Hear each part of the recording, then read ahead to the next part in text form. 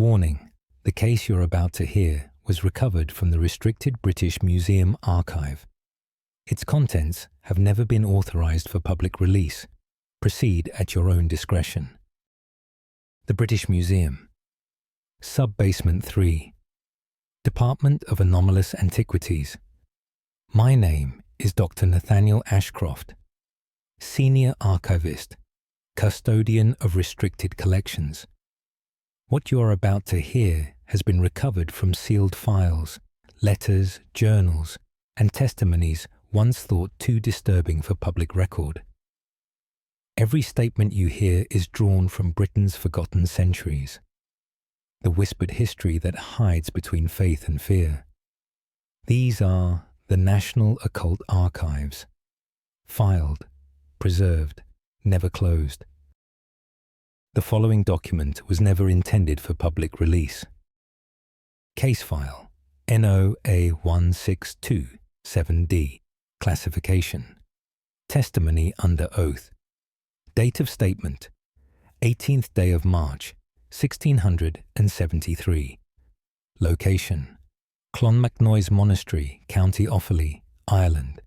Author: Brother Colum O'Sullivan, Cistercian monk Y. Brother Colum O'Sullivan.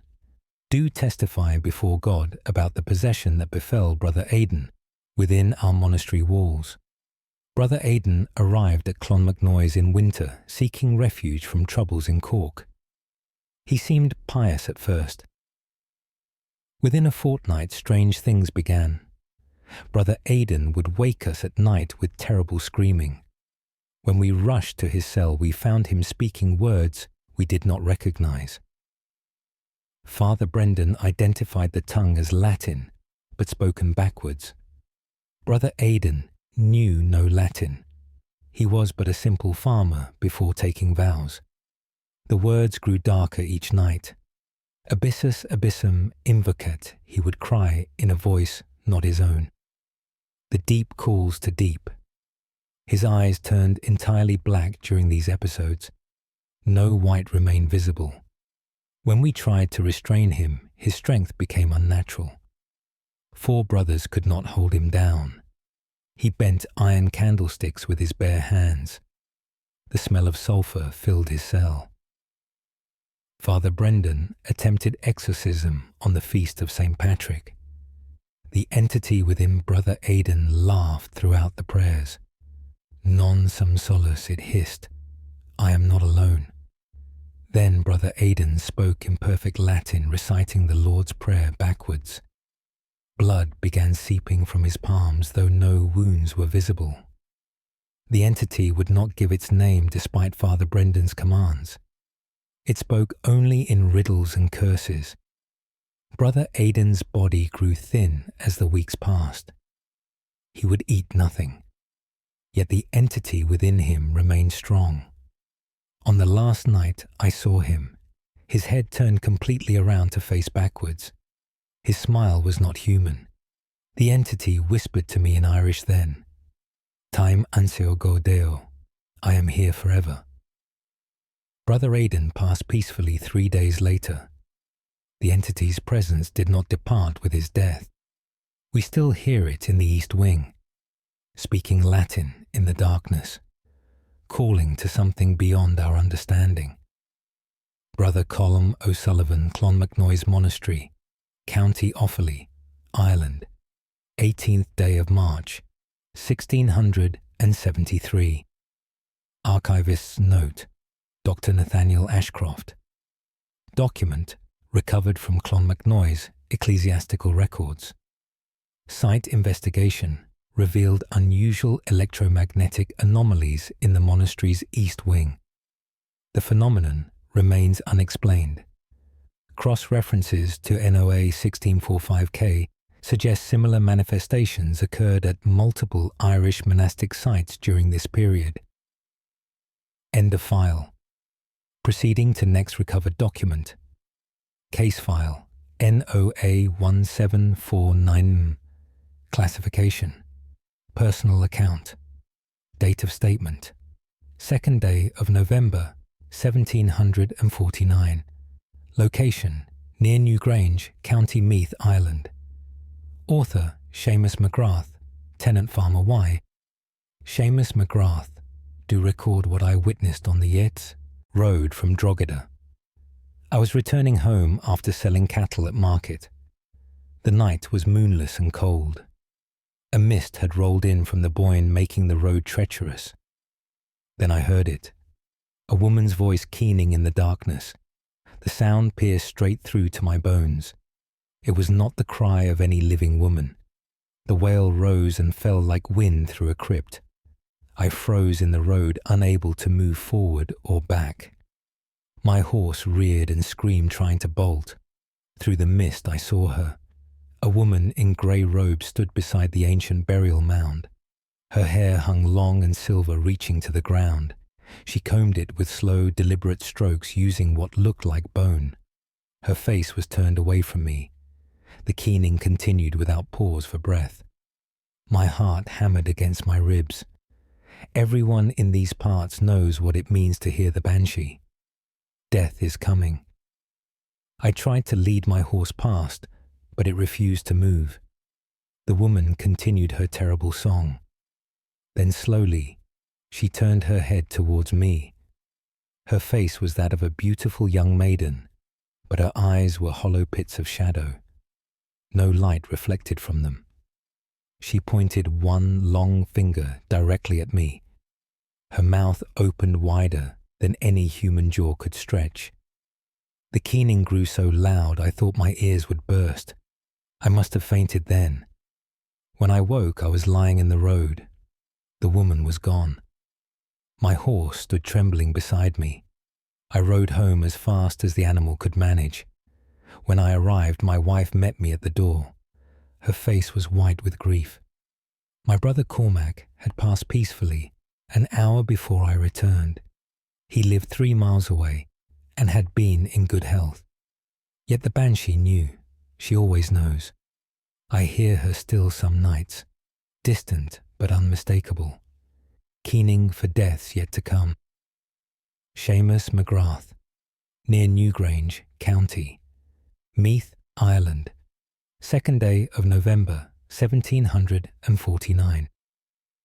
Archivist's note, Dr. Nathaniel Ashcroft, account obtained from parish records in Meath. The Newgrange area contains numerous pre-Christian burial mounds. Local death records confirm the witness's brother died on the date specified. Similar banshee testimonies from this region span 3 centuries. End of file. Proceeding to next recovered document. Case file NOA1583H. Classification Constable's report. Date of statement 27th day of October, 1583. Location Glenveagh Forest, County Donegal, Ireland. Author Constable William O'Donnell. Constable William O'Donnell. Do report on the disappearance of Thomas Burke. Burke was a woodcutter who worked the forest near Glenveagh. He was last seen entering the old-growth woodland at dawn. His wife reported him missing when he failed to return by nightfall. I organised a search party of 6 men at first light. We found his tools abandoned near a clearing. His axe lay on the ground mid-swing. Wood chips were fresh, but Burke was nowhere to be found. We called out for hours but received no answer.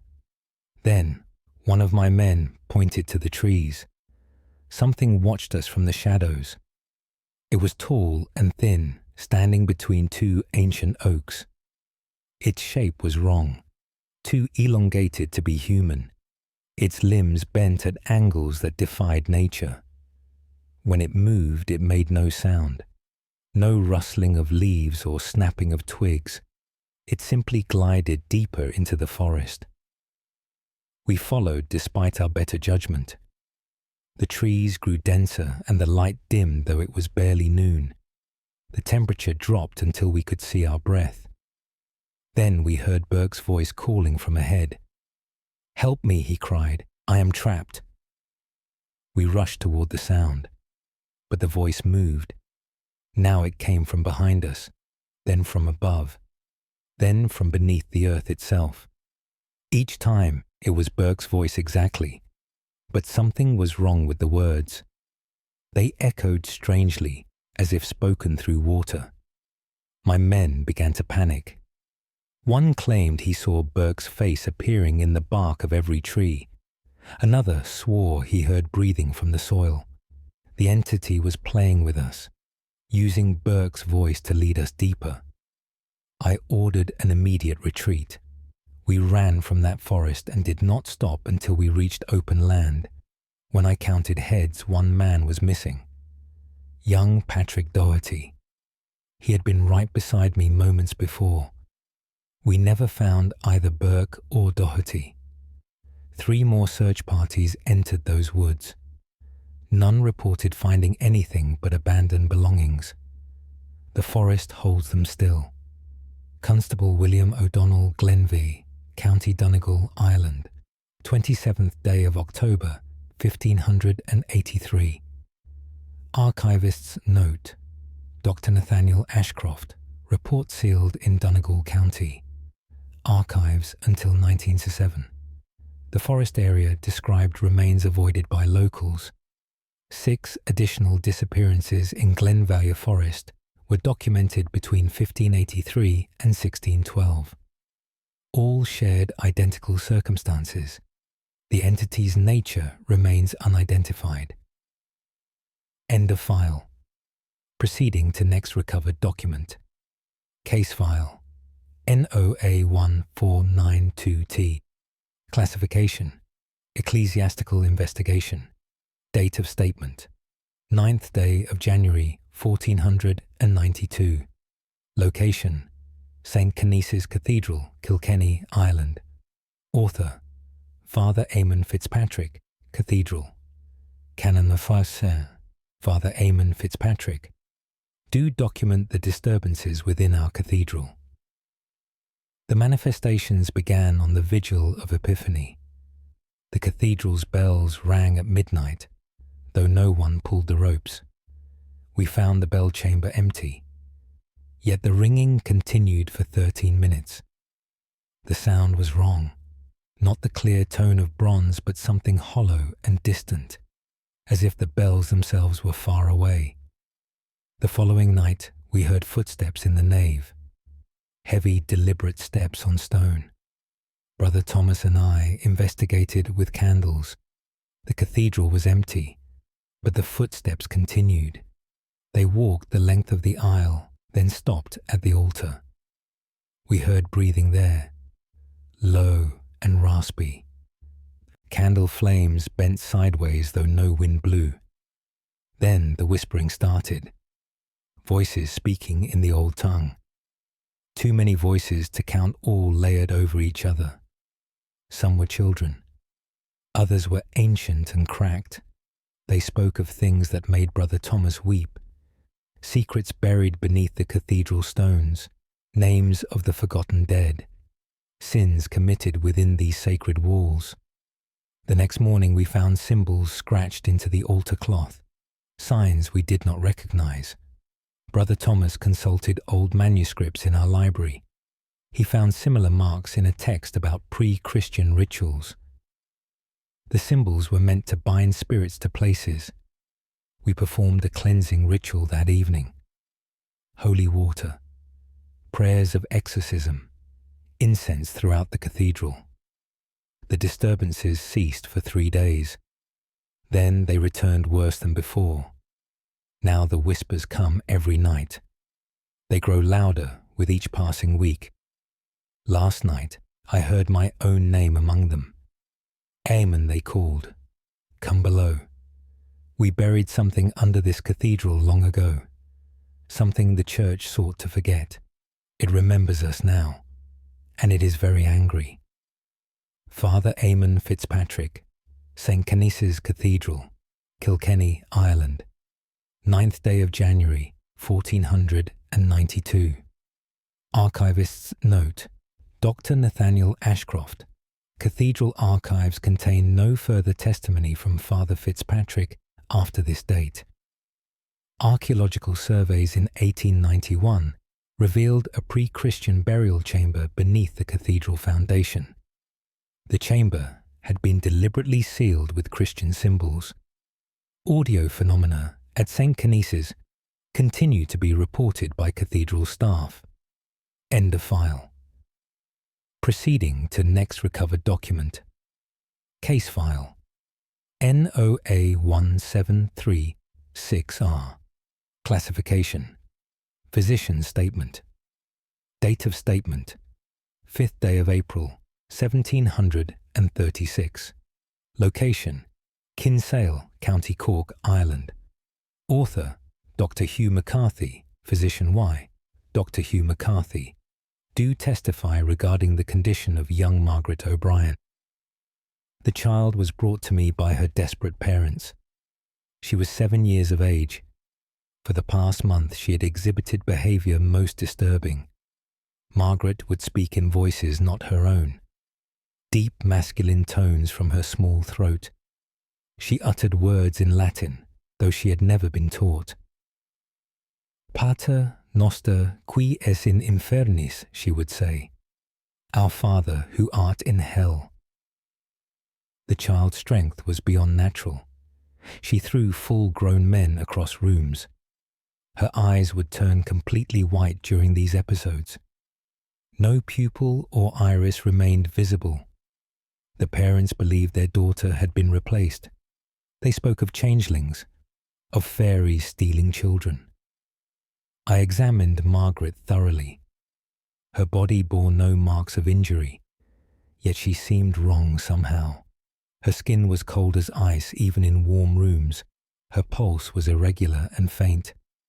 When I looked into her eyes during a calm moment, I saw something looking back, something old, something that smiled at my fear.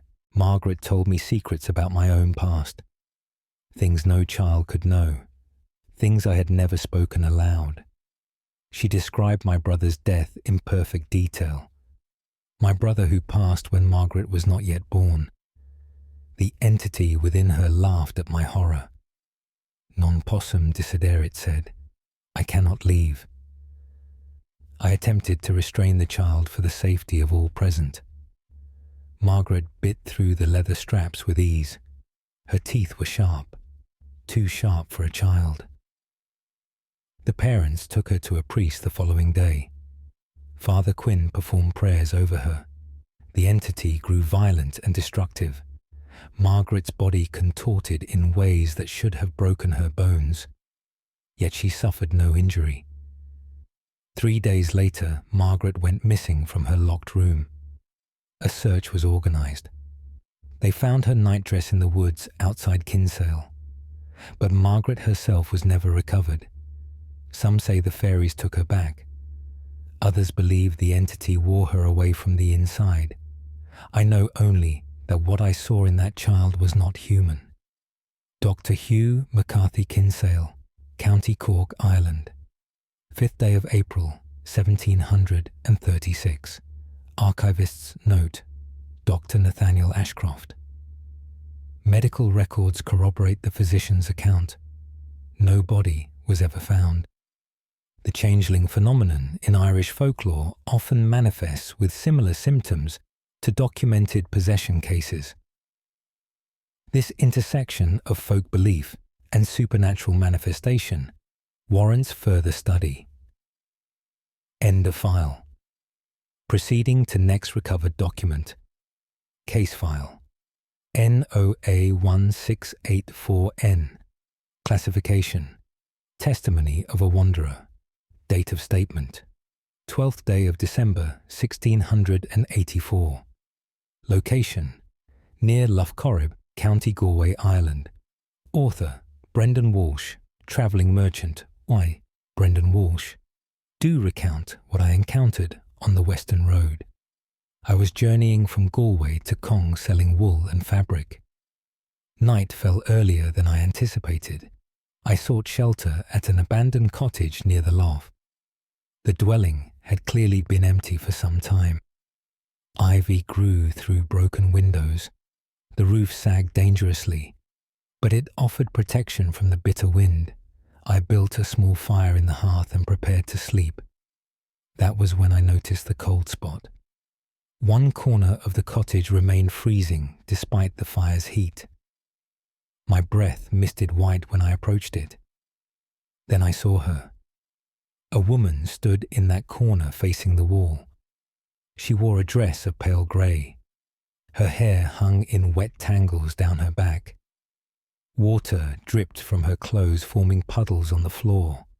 I called out, asking if she needed help. She did not respond, did not move. I approached slowly. The temperature dropped further with each step. The fire behind me guttered and nearly went out. When I was 3 feet away, the woman's head began to turn. Slowly, impossibly slow. Her neck rotated far beyond what any living person could achieve. Her face came into view. It was rotted. Flesh hung from bones, in grey strips. Her eyes were gone, leaving empty sockets. But she looked at me nonetheless, saw me with those hollow pits. Her jaw opened wide. Water poured from her mouth. Black stagnant water full of pond weeds. She reached for me with hands missing most of their fingers. I stumbled backward and fell. The woman glided forward without moving her legs. She brought the smell of deep water and decay. I scrambled for the door and fled into the night. I ran until my lungs burned. When I finally looked back, the cottage was dark, but I saw her silhouette in the doorway, watching me leave, still dripping.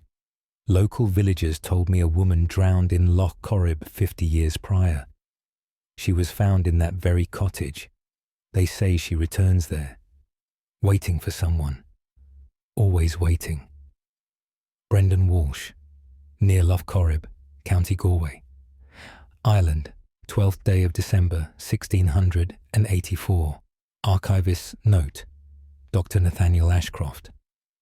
The cottage was demolished in 1721. Local death records confirm a drowning in 1634, matching the witness's description. Multiple testimonies of a grey woman near Loch Corrib span over a century. The entity's connection to the specific location suggests unresolved circumstances surrounding the original death. End of file. Proceeding to next recovered document. Case file NOA 1517. Classification: personal account. Date of statement: 23rd day of September 1517. Location: Wicklow Mountains, County Wicklow, Ireland. Author: Owen O'Toole. Shepherd Were: Owen O'Toole. Do report the creature I encountered on the mountain road. I was driving my flock down from summer pastures. The day was grey with rain threatening. My dogs stay close and whined constantly. Animals know when something is wrong. I should have heeded her warning. As we rounded a bend, I saw a black horse standing in the road. It was the largest horse I had ever seen. Its coat gleamed like polished obsidian. Steam rose from its nostrils. I approached cautiously. The horse watched me with eyes that reflected red in the dim light. It made no sound, just stood perfectly still, blocking the path. I tried to lead my flock around it, but the horse moved to block us again. Its movements were unnaturally smooth, like it glided rather than walked. Then it spoke. The horse spoke with a human voice. "Ride with me," it said. "I can take you anywhere you wish to go." Its mouth did not move when it spoke. The voice came from everywhere and nowhere. My dog bolted, yelping in terror. The sheep scattered, bleating wildly. The horse took a step toward me. "Where would you like to go, Owen O'Toole?" it asked. It knew my name. I had told no one I would be on this road. The horse's eyes glowed brighter. "Shall I take you home?" it offered. "Or would you prefer the bottom of the lake?"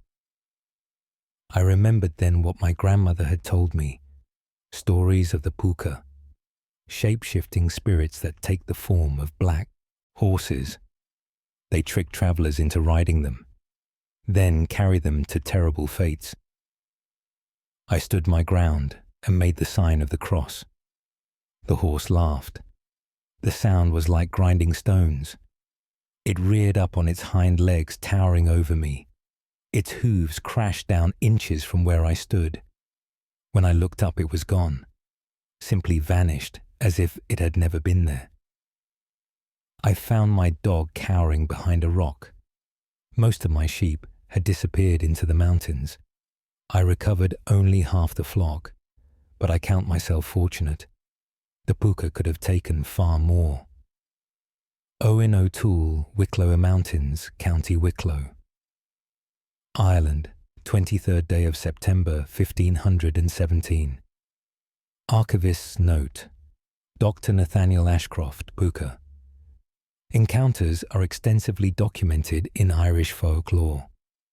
This account matches established patterns. The entity's ability to speak and disappear instantaneously suggests significant supernatural capabilities. Similar incidents in the Wicklow region continued into the 1700s. End of file. Proceeding to next recovered document. Case file NOA 1632K. Classification: sealed confession. Date of statement: 31st day of October 1632. Location: Skellig, Michael, County Kerry, Ireland. Author: Father Diarmuid O'Connor, priest. Father Diarmuid O'Connor. Do confess to the horror I witnessed during my pilgrimage. I travelled to Skellig Michael seeking spiritual renewal. The ancient monastery sits on a remote island. Stone beehive huts cling to the cliff face. Monks lived here centuries ago in complete isolation. I arrived at dusk and prepared to spend the night in prayer. The wind howled around the stone cells. Waves crashed far below. I lit a candle and began my devotions. Then I heard chanting, voices singing in Latin. The words were familiar, ancient liturgy from the early church. But the voices were wrong. They had no warmth, no humanity. I stepped outside thinking other pilgrims had arrived. The cells were empty. Yet the chanting continued. It came from all around me, from the stones themselves, from the air, from the dark water far below. The voices grew louder. I could make out individual words now. They were singing the Dies Irae, the day of wrath. But the words were corrupted, changed into something blasphemous. I covered my ears, but the chanting only grew clearer. Then I saw them, figures in grey robes moving between the beehive cells. They glided across the stones without touching them.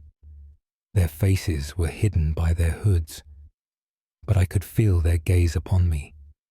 Cold, empty, hungry. I retreated to my cell and barricaded the door. The chanting surrounded me, pressed in from all sides. I prayed desperately, recited every prayer I knew. The figures came to my door. I heard them breathing on the other side. Long, slow breaths that rattled like death. They stayed there until dawn. When light broke, they were gone. The chanting ceased. I fled the island at first light. I have not returned. Will never return. Whatever dwells on Skellig Michael is not holy. It wears the shape of monks, performs their rituals, but it serves something far older than Christianity, something that was there before the monks arrived, something that remains long after they departed. Father Diarmuid O'Connor Skellig Michael, County Kerry, Ireland, 31st day of October, 1632. Archivist's note. Dr. Nathaniel Ashcroft. This confession was sealed for 2 centuries. Skellig Michael contains ruins of a 6th century monastic settlement. Multiple visitors have reported similar experiences. The island's pre-Christian significance may contribute to the phenomena. Further investigation is complicated by the site's isolation and treacherous access. End of file. Proceeding to next recovered document. Case file NOA1789B. Classification. Journal entry. Date of statement. 14th day of February, 1789. Location. Sleevely Cliffs, County Donegal, Ireland. Author. Michael O'Malley, fisherman. Yes, Michael O'Malley. Do record what my brother Sean and I witnessed at the cliffs. We were fishing near Sleevely on a clear winter morning. The cliffs there rise nearly 2,000 feet above the sea, ancient and forbidding. Around midday, we heard a sound. Not the wind, not the waves, something else entirely. A rumbling from deep within the earth. The ground beneath us trembled. Our boat rocked violently in suddenly choppy waters.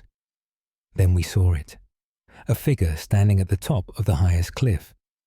Even from the water, we could see its impossible height. It stood at least 10 feet tall. Its form was black as coal. It carried something under one arm. As we watched, the figure raised its free hand, pointed directly at us. My brother Sean gasped and clutched his chest. The figure's head was missing, not severed, just absent. Where its neck ended, there was only darkness. Yet somehow it looked at us, saw us, judged us. Sean began to scream. He claimed he could hear his name being called, hear his death being spoken into existence. I saw nothing more than the terrible figure on the cliff. But Sean heard something I did not. The figure remained motionless, its arm still pointing toward our boat. I pulled at the oars, desperate to escape. Sean continued to scream about voices, about being called home, about something waiting for him. Finally, we rounded the headland and the figure disappeared from view. Sean collapsed in the bottom of the boat. His face was white as bone, his eyes wide and unseeing. I got him to shore and carried him to our cottage. He would not speak, would not eat, just stared at the wall and trembled. 3 days later, Sean rose before dawn. He walked to Sleevely Cliffs. I found his body at the base. He had jumped, left this world willingly. But I know the truth. The Dullahan called him. When the Headless One points at you, death follows, always. Michael O'Malley, Sleevely, County Donegal, Ireland, 14th day of February, 1789. Archivist's note, Dr. Nathaniel Ashcroft. The Dullahan is a death messenger in Irish mythology.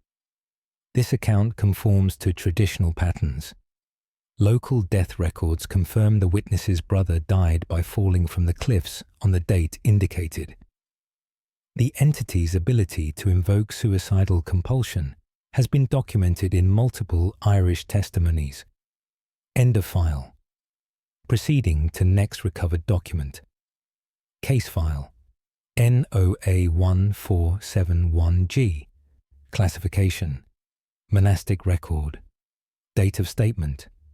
8th day of May, 1471. Location. Jerpoint Abbey, County Kilkenny, Ireland. Author, Brother Fintan McCarthy, Cistercian monk. Brother Fintan McCarthy. Do document the possession of Brother Ronan. Brother Ronan was a young monk of good character and deep faith.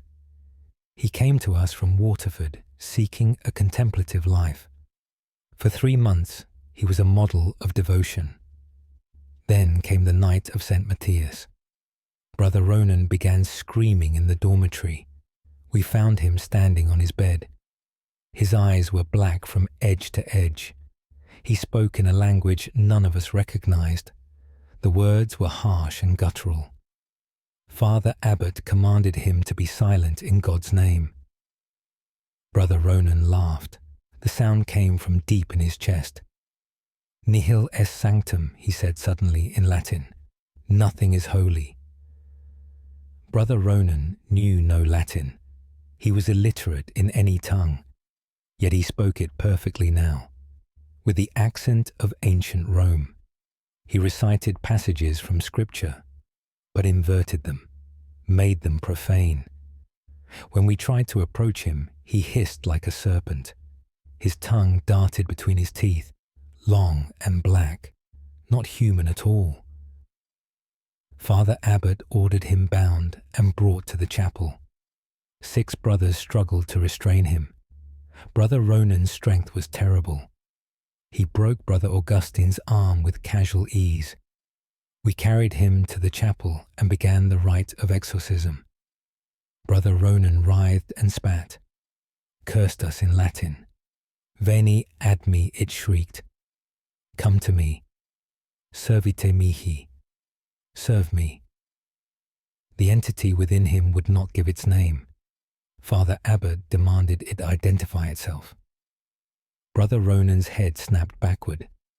His spine bent in a way that should have killed him. Some legio, he whispered. I am legion. Blood began pouring from his nose and ears. The chapel grew cold as winter. Our breath misted in the air. The candles flickered though no wind blew. Then Brother Ronan went still. His eyes cleared. He looked at us with confusion and terror. He remembered nothing of what had occurred. We placed him in isolation and continued prayers. That night we heard him speaking again, this time in the old Irish tongue. Words from before Christianity came to our shores.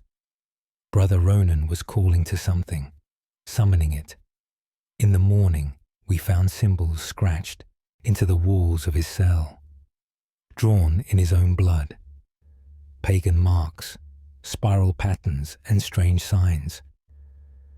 Brother Ronan sat in the corner, smiling. The entity still has him. Brother Finton, McCarthy Jerpoint Abbey, County Kilkenny, Ireland, 8th day of May, 1471. Archivist note, Dr. Nathaniel Ashcroft. Abbey records indicate Brother Ronan disappeared 3 weeks after this testimony. His cell remained sealed until the monastery's dissolution. The symbols describe match pre-Christian ritual markings found at several Irish megalithic sites. The entity's claim to be legion suggests multiple spiritual presences rather than a singular possession. End of file. Proceeding to next recovered document. Case file NOA1563P. Classification. Witness statement. Date of statement 19th day of August, 1563. Location, Connemara, County Galway, Ireland. Author, Nora Burke, midwife. Yea, Nora Burke, do testify regarding the burial ground near Clifton. I was called to attend a difficult birth in the countryside.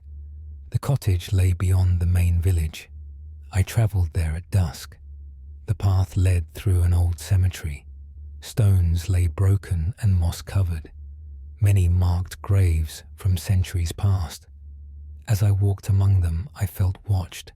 The air grew heavy, oppressive. I quickened my pace. Then I heard weeping, a woman's voice sobbing somewhere among the graves. I called out asking if someone needed help. The weeping stopped immediately. Silence fell, too deep, too complete. Even the birds had gone quiet. I turned to leave and saw her. A woman in white knelt beside a grave. Her back was to me. She remained perfectly motionless. I approached cautiously, asked if she was well. The woman's shoulders shook as if she were laughing, but no sound emerged. I reached out to touch her shoulder. She turned her head, all the way around. Her body faced the grave, but her head faced me. Her face was covered by a white veil. Behind the fabric I saw darkness, not shadow, absolute darkness that seemed to consume light. She stood slowly. Her movements were wrong, joints bending in directions they should not. I backed away. The woman glided toward me. Her feet did not touch the ground. She drifted through the air like smoke. I ran, fled without looking back. Behind me, I heard that terrible laughter, not quite human, not quite anything else.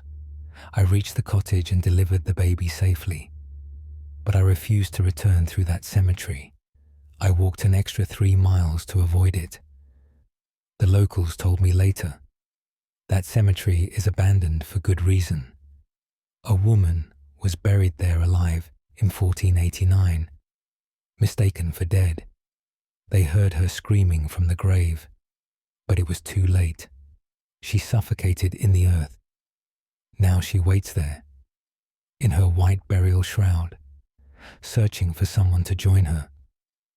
Nora Burke, Connemara, County Galway, Ireland, 19th day of August, 1500. And 63 Archivist's Note. Dr. Nathaniel Ashcroft. The Clifton Cemetery was officially closed in 1612 due to local superstition.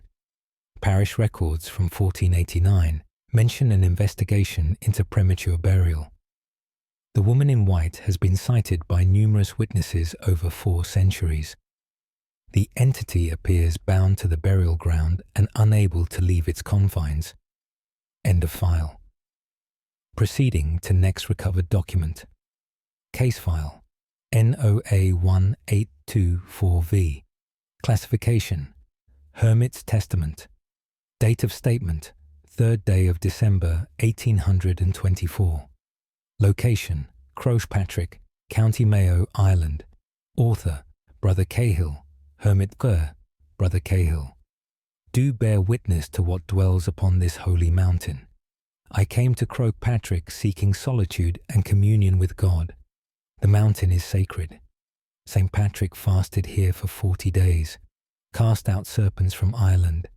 I built a small shelter near the summit, lived on bread and water, prayed from dawn until dark. For 2 months I found peace. Then the voices began. At first I thought they were pilgrims on the path below, but no one climbs the mountain in winter. The voices came at night, whispers in the wind, speaking words I could barely understand. They called my name. Cahill, come down, come to us. I ignored them, strengthened my prayers, but the voices grew louder, more insistent. They knew things about me, sins I had committed, secrets I had buried. They spoke of my daughter who passed when she was 5, how I blamed myself for her death, how guilt drove me to this mountain. The voices promised to take away the pain, to silence the guilt, if I would only come down to them in the darkness. I nearly did. One night I stood at the edge of the summit, ready to step off, to fall into whatever waited below. Then I heard different voices, ancient Latin prayers, the same prayers St. Patrick must have spoken. They drove back the darker whispers, pushed them away, but only temporarily. Now both sets of voices war around my shelter, the holy and the profane, light and darkness, competing for my soul. I do not know how much longer I can resist. The evil voices are winning. They promise such sweet oblivion. Brother Cahill, Crowpatrick, County Mayo, Ireland, 3rd day of December, 1824. Archivist Note, Dr. Nathaniel Ashcroft. This testament was found in Brother Cahill's abandoned shelter 3 months after the date indicated. His body was never recovered. Crowpatrick remains a major pilgrimage site, despite numerous reports of auditory phenomena. The mountain's pre-Christian significance may contribute to lingering spiritual manifestations, both benign and malevolent. End of file. Proceeding to next recovered document. Case file NOA 1695L. Classification Parish record. Date of statement 21st day of March 1695. Location near Blarney Castle, County Cork, Ireland. Author Father Patrick O'Leary. Parish priest Y. Father Patrick O'Leary. Do record the strange child found in Blarney Wood. A farmer discovered the girl sitting beneath an oak tree. She appeared to be perhaps 6 years of age. Her clothes were filthy and torn. Her hair hung in matted tangles. When asked her name, she would not answer. The farmer brought her to me. I attempted to communicate with the child. She stared at me with unsettling intensity. Her eyes were pale grey, almost colourless. She smiled constantly, a wide, fixed smile that never wavered, even when she should have shown other emotions. I asked where her parents were. She pointed to the woods, deep into the trees. I organised a search, but we found no one. The girl remained with me at the parish house. That night, I woke to strange sounds, scratching at the walls, footsteps in empty rooms. When I checked on the child, she was standing by the window, still smiling. She spoke for the first time then, in perfect Latin. Non sum quod videtur, she said. I am not what I seem. The child laughed. It was an adult's laugh from a child's throat, deep and knowing. She told me things, details of my life I had never shared, private moments I thought forgotten. She described my brother's death with terrible accuracy. My brother who died before she was born. I demanded to know what she was. The child's smile widened. Her jaw stretched too far, impossibly far. Changeling, she whispered, taken and replaced. The true child sleeps beneath the hill. This body is mine now. I tried to restrain her. She was far stronger than any child, threw me across the room with ease. When I recovered, the child was gone. The window stood open, though it had been locked. In the morning, I found the farmer who discovered her. He told me his own daughter went missing 3 days prior. 6 years old, with dark hair and green eyes. Nothing like the pale child he brought to me. He had not recognized his own daughter. The changeling wore a different face entirely. We searched the woods near the oak tree, found nothing but an empty hollow beneath the roots, the size of a child's body. Father Patrick O'Leary, near Blarney Castle, County Cork, Ireland, 21st day of March 1695. Archivist's note. Dr. Nathaniel Ashcroft, Changeling. Legends are widespread in Irish folklore. This account suggests something more tangible than superstition. The farmer's daughter was never recovered. Similar disappearances near Blarney Wood continued sporadically for the next century. The entity's ability to shapeshift and possess extraordinary strength indicates powerful supernatural capabilities. End of file. Proceeding to next recovered document. Case file NOA 1718F. Classification Night Watchman's Log. Date of statement 7th day of June 1718. Location Maynooth, County Kildare, Ireland. Author Daniel Kearney, Night Watchman. Daniel Kearney, do report on the events at St. Patrick's College. I have served as night watchman for 5 years. I know every corner of the college grounds, every shadow, every sound. Until 3 weeks ago, nothing unusual occurred. Then I began hearing footsteps in the east corridor, heavy boots on stone floors. I investigated, but found the halls empty.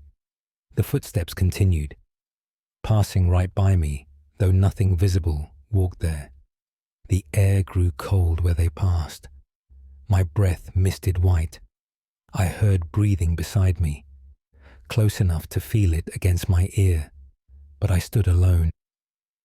The following night brought worse. I heard voices in the library, 2 men arguing in Irish.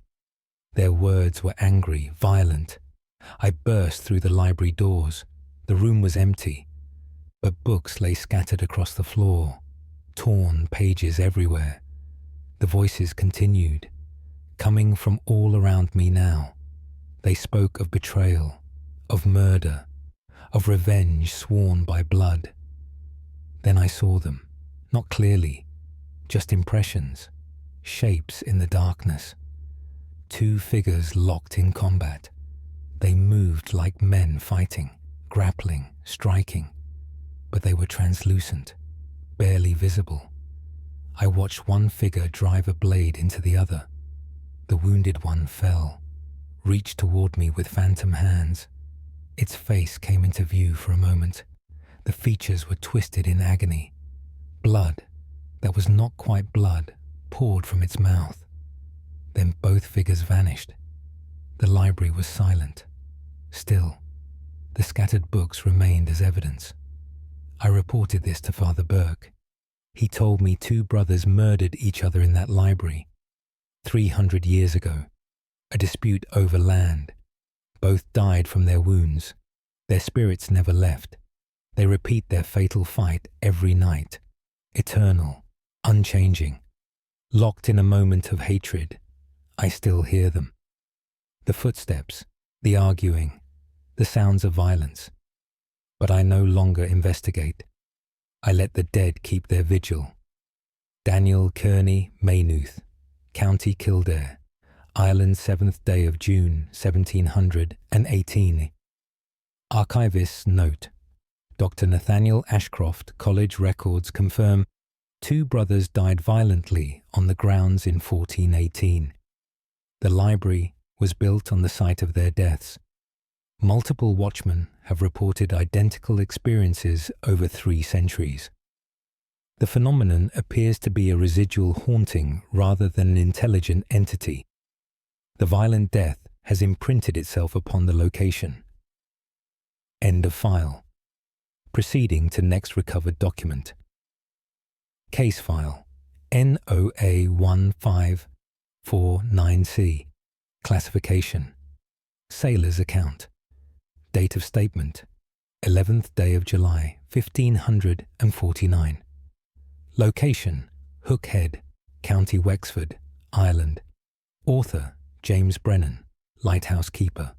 Why, James Brennan, do testify regarding the lighthouse at Hook Head.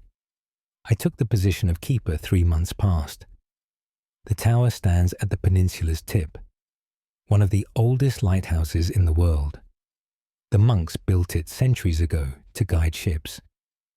I was told the position was difficult to fill. Men did not last long. I thought them weak, afraid of solitude. I was wrong. The first night passed uneventfully. I tended the light and kept watch. On the second night, I heard singing. A man's voice echoing through the tower. The sound came from below, from the old monks' quarters in the base. I descended with a lamp, found the room empty. The singing stopped when I entered, but started again when I returned to the lamp room.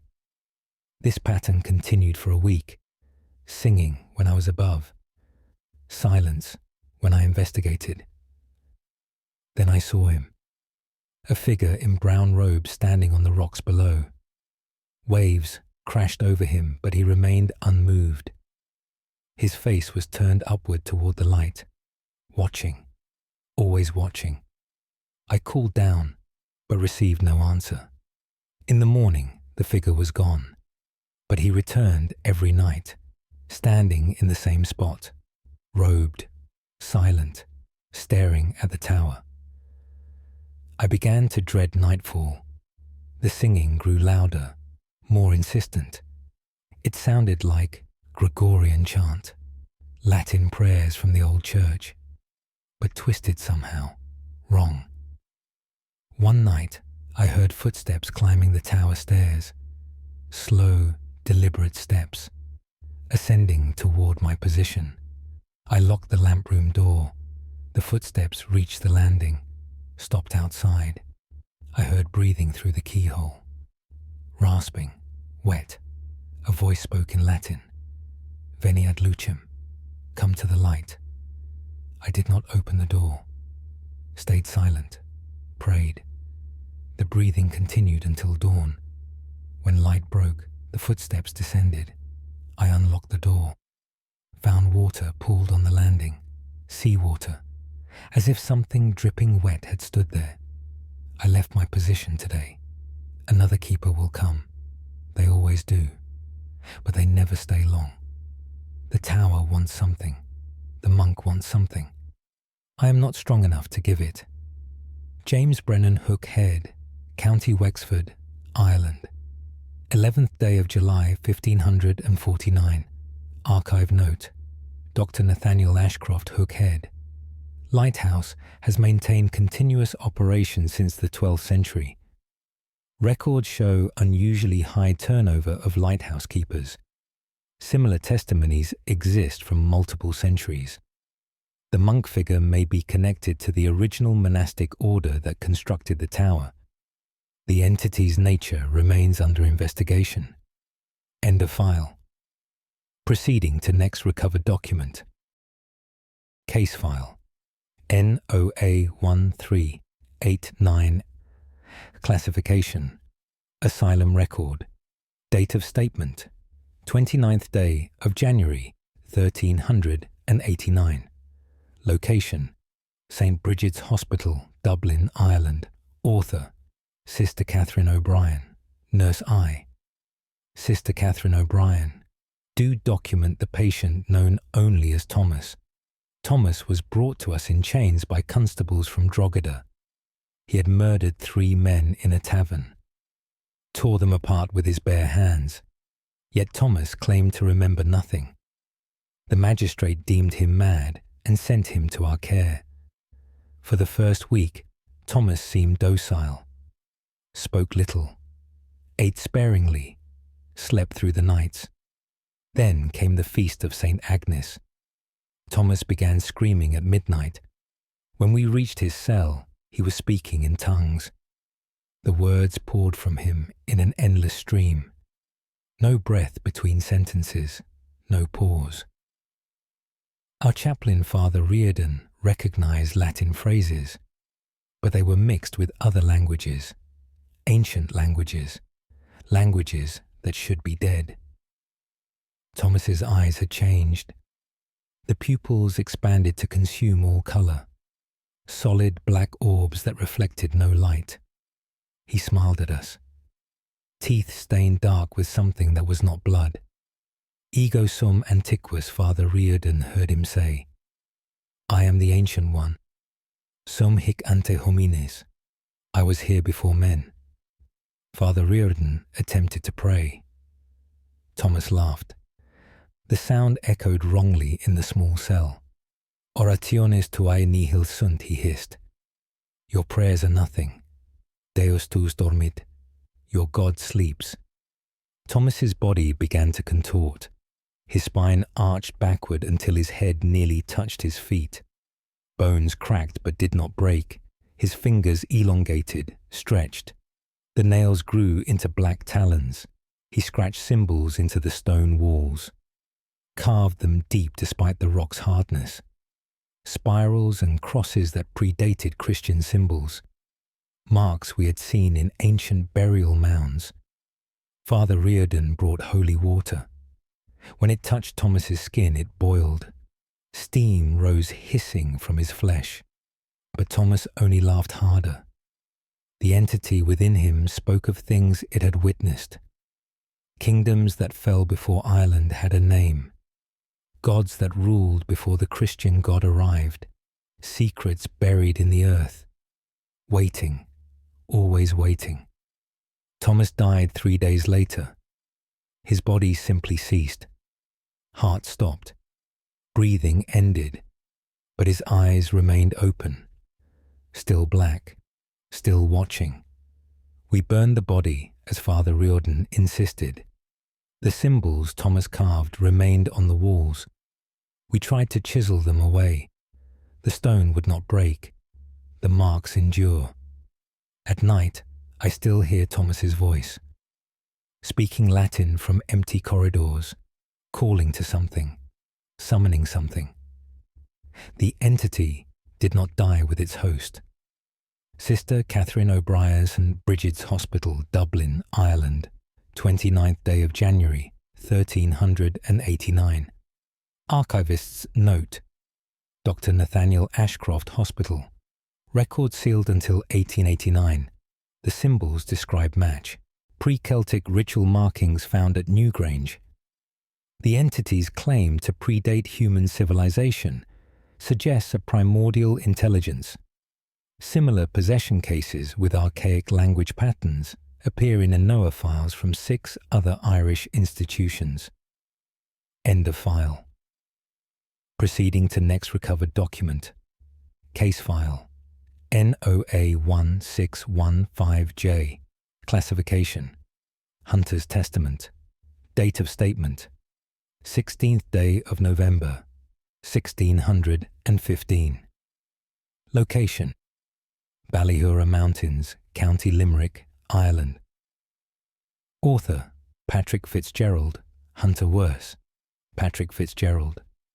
Do recount what hunts in the Ballyhura forests. I have tracked game in these mountains for 30 years.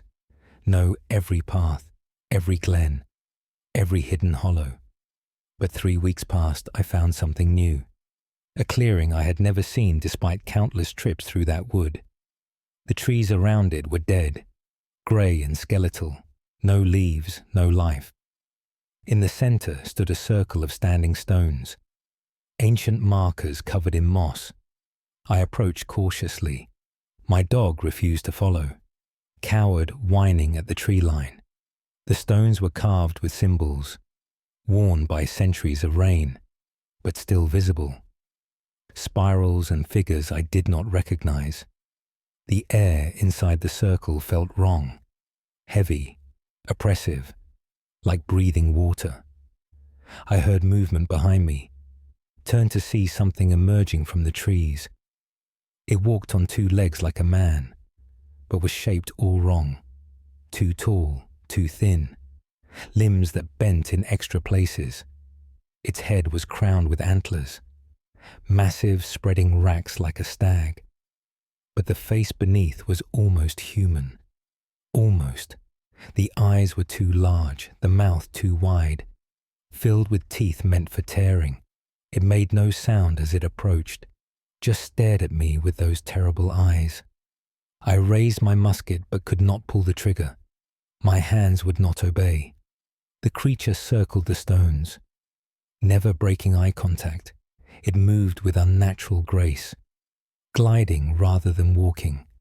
Then it spoke. The voice came from everywhere at once. "Thou art trespassing," it said in Old Irish, the ancient tongue my grandmother taught me. "This ground is claimed, has been claimed since before thy kind built with stone." I tried to back away. My legs would not move, rooted to the earth like the dead trees. The creature continued circling. 1 year, it said. "Thou hast 1 year to quit these lands. Tell thy people, the old ones are waking, reclaiming what was theirs. Those who remain will feed the hungry earth." It reached out one long-fingered hand, touched my forehead. Ice shot through my skull. Visions flooded my mind, things buried beneath Ireland, waiting in the dark, growing strong. When I could see again, the creature was gone. The circle was empty. My dog barked frantically from the trees. I ran. Did not stop until I reached the village. Told the priest what I had seen. He blessed me, said I had witnessed a remnant of the old gods. The ones who ruled before St. Patrick came. They sleep beneath the hills, but sometimes they wake, and they remember. Patrick Fitzgerald, Ballyhura Mountains, County Limerick, Ireland, 16th day of November, 1615. Archivist's note. Dr. Nathaniel Ashcroft. The stone circle described matches several pre-Christian ritual sites in the Baleura region. Local folklore speaks of antlered entities connected to ancient Celtic deities. The witnesses' one-year warning coincided with a period of mysterious disappearances in 1616. The entity's threat was apparently not idle. End of file. Proceeding to next recovered document. Case file NOA 1792X. Classification. Prison record. Date of statement 4th day of March 1792. Location Kilmainham Gaol, Dublin, Ireland. Author Warden John Brown from Warden John Brown. Do report on the disturbances in Cell 7. The cell has remained empty for 5 years. No prisoner will occupy it. Those who do not last a single night. The troubles began in 1787. A prisoner named Connor Walsh was placed there. Walsh had been sentenced to hang for murder. On his first night in Cell 7, he began screaming. Guards found him pressed against the far wall, eyes wide with terror. He claimed something was in the cell with him, something invisible, something that whispered terrible things. We moved Walsh to another cell, assumed he was attempting to delay his execution, but Cell 7 remained active. The next prisoner put there reported identical experiences. Whispers in the darkness, cold spots that moved, the feeling of being watched constantly, touched by invisible hands. We sealed the cell, left it empty, but the disturbances continued. Guards on night duty hear voices from within, multiple voices speaking in unison, sometimes in English, sometimes in Irish, sometimes in languages none of us recognize. Last month, I investigated the cell personally, brought a lamp and entered alone. The temperature dropped immediately. My breath misted in the air. The lamp flame guttered, nearly went out. Then I heard them, the whispers. They came from the walls themselves, speaking directly into my mind. They told me things, names of prisoners who had died in this jail, dates of executions I had overseen, details of their final moments, things only I should know. Then they spoke of others, prisoners yet to come, men who would die in these walls. They described a hanging that would occur in April, gave me the prisoner's name, Michael Doyle. At that time, no prisoner named Doyle was in our custody, but 3 weeks later, a man by that name was convicted, sentenced to hang.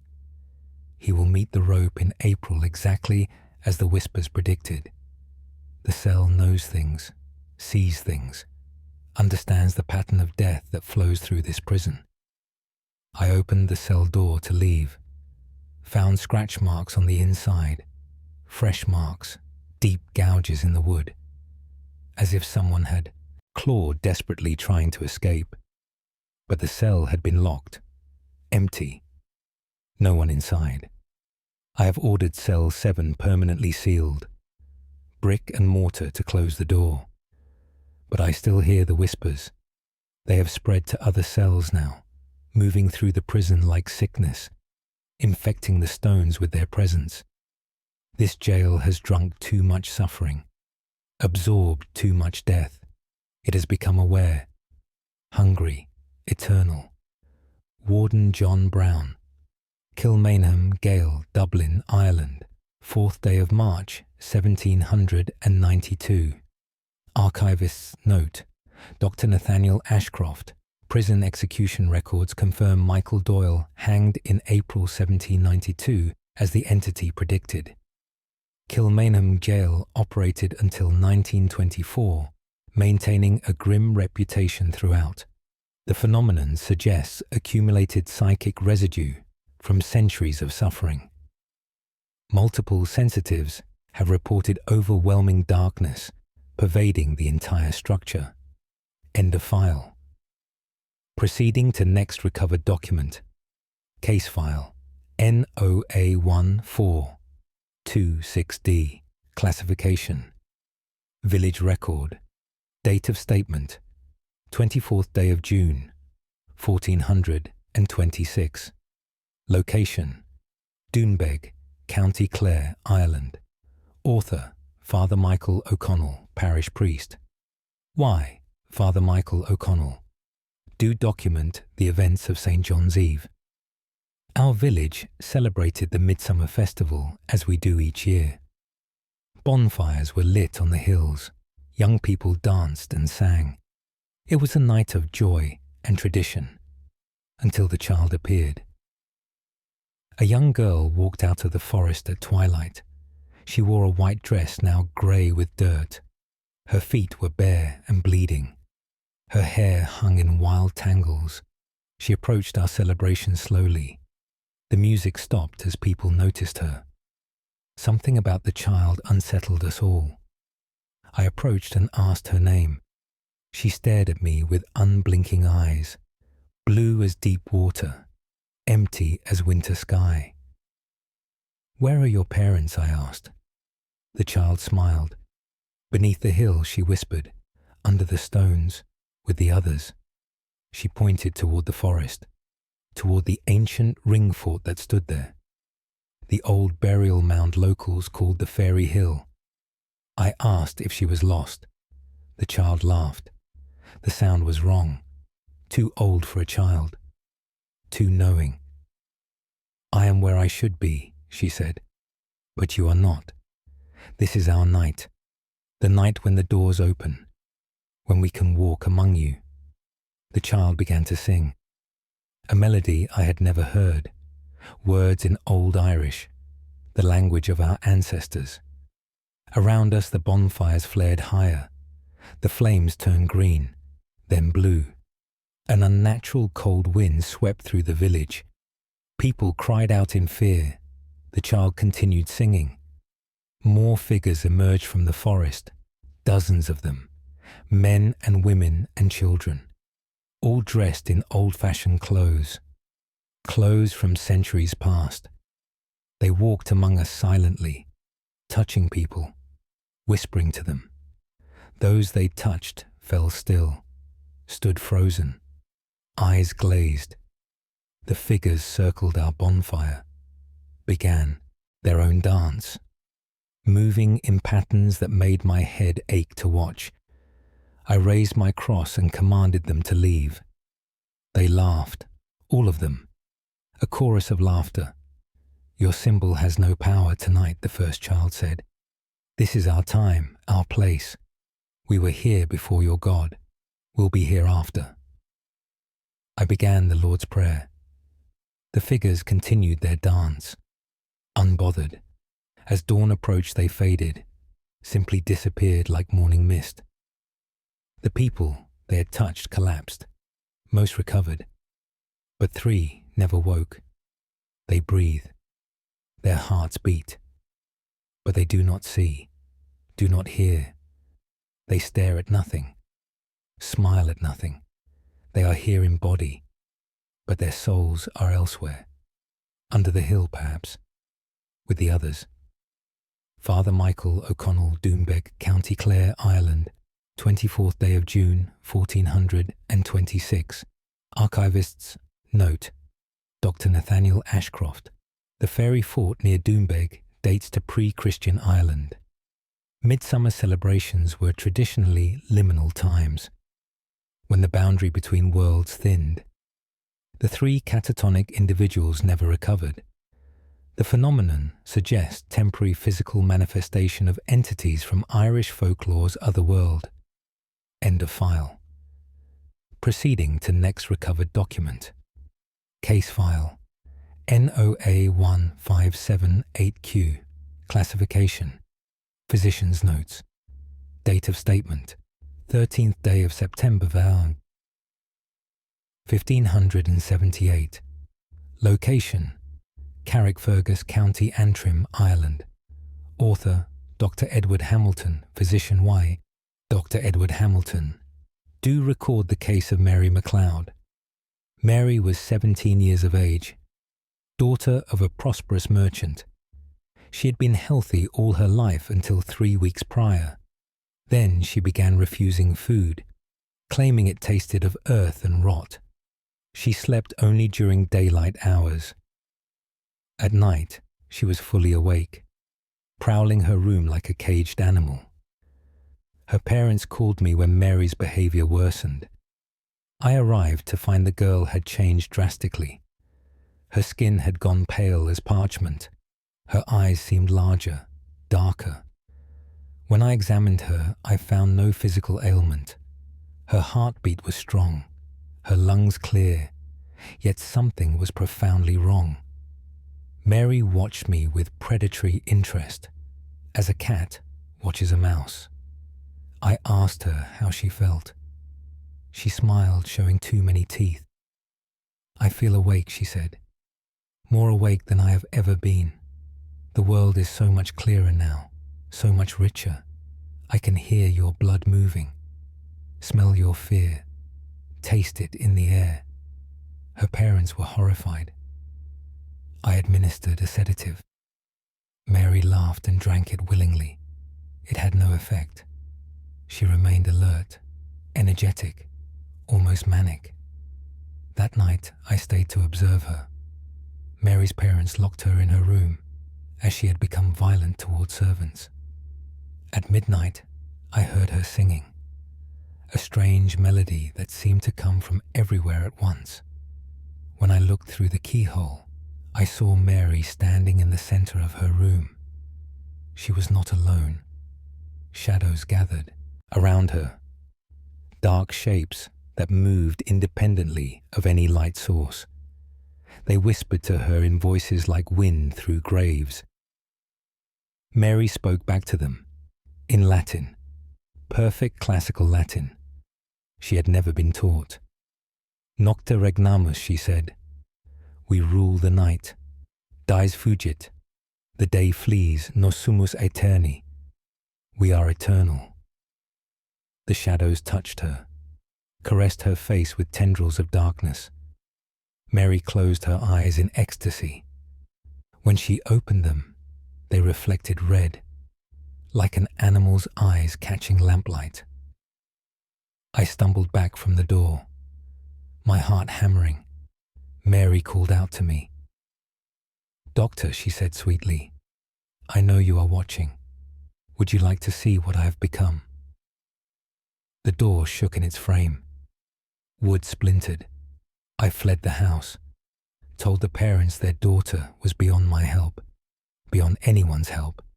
I recommended they contact the church. They refused, could not accept what their daughter had become.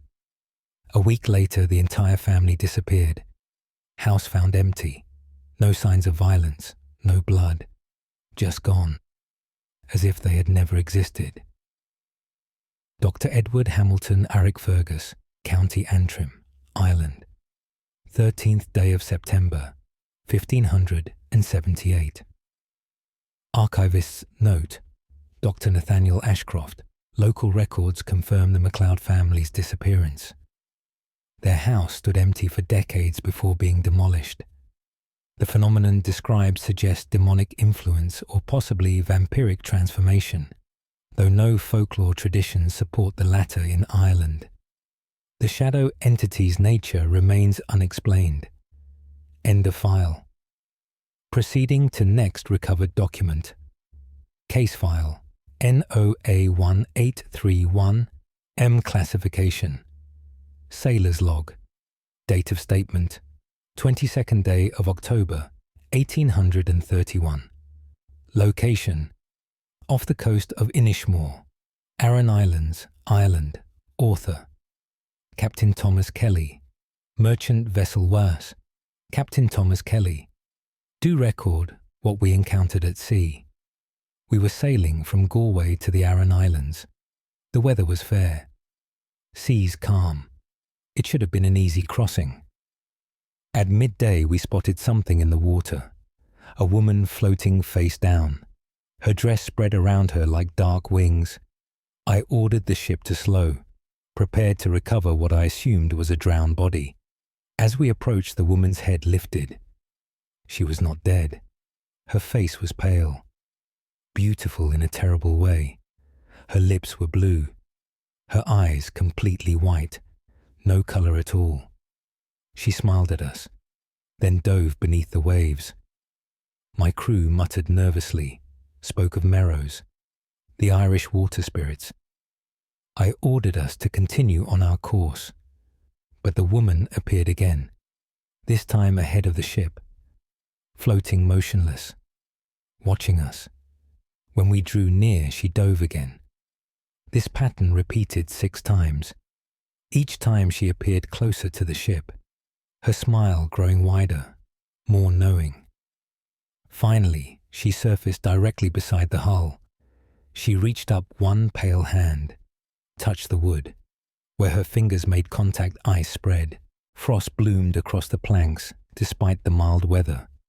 The woman began to sing, the most beautiful sound I have ever heard, like bells, like angels. But the words were wrong. Promises of peace beneath the waves, rest in the cold deep, forever asleep. My crew stood entranced. 3 men moved toward the rail, preparing to jump overboard. I struck them, broke the spell.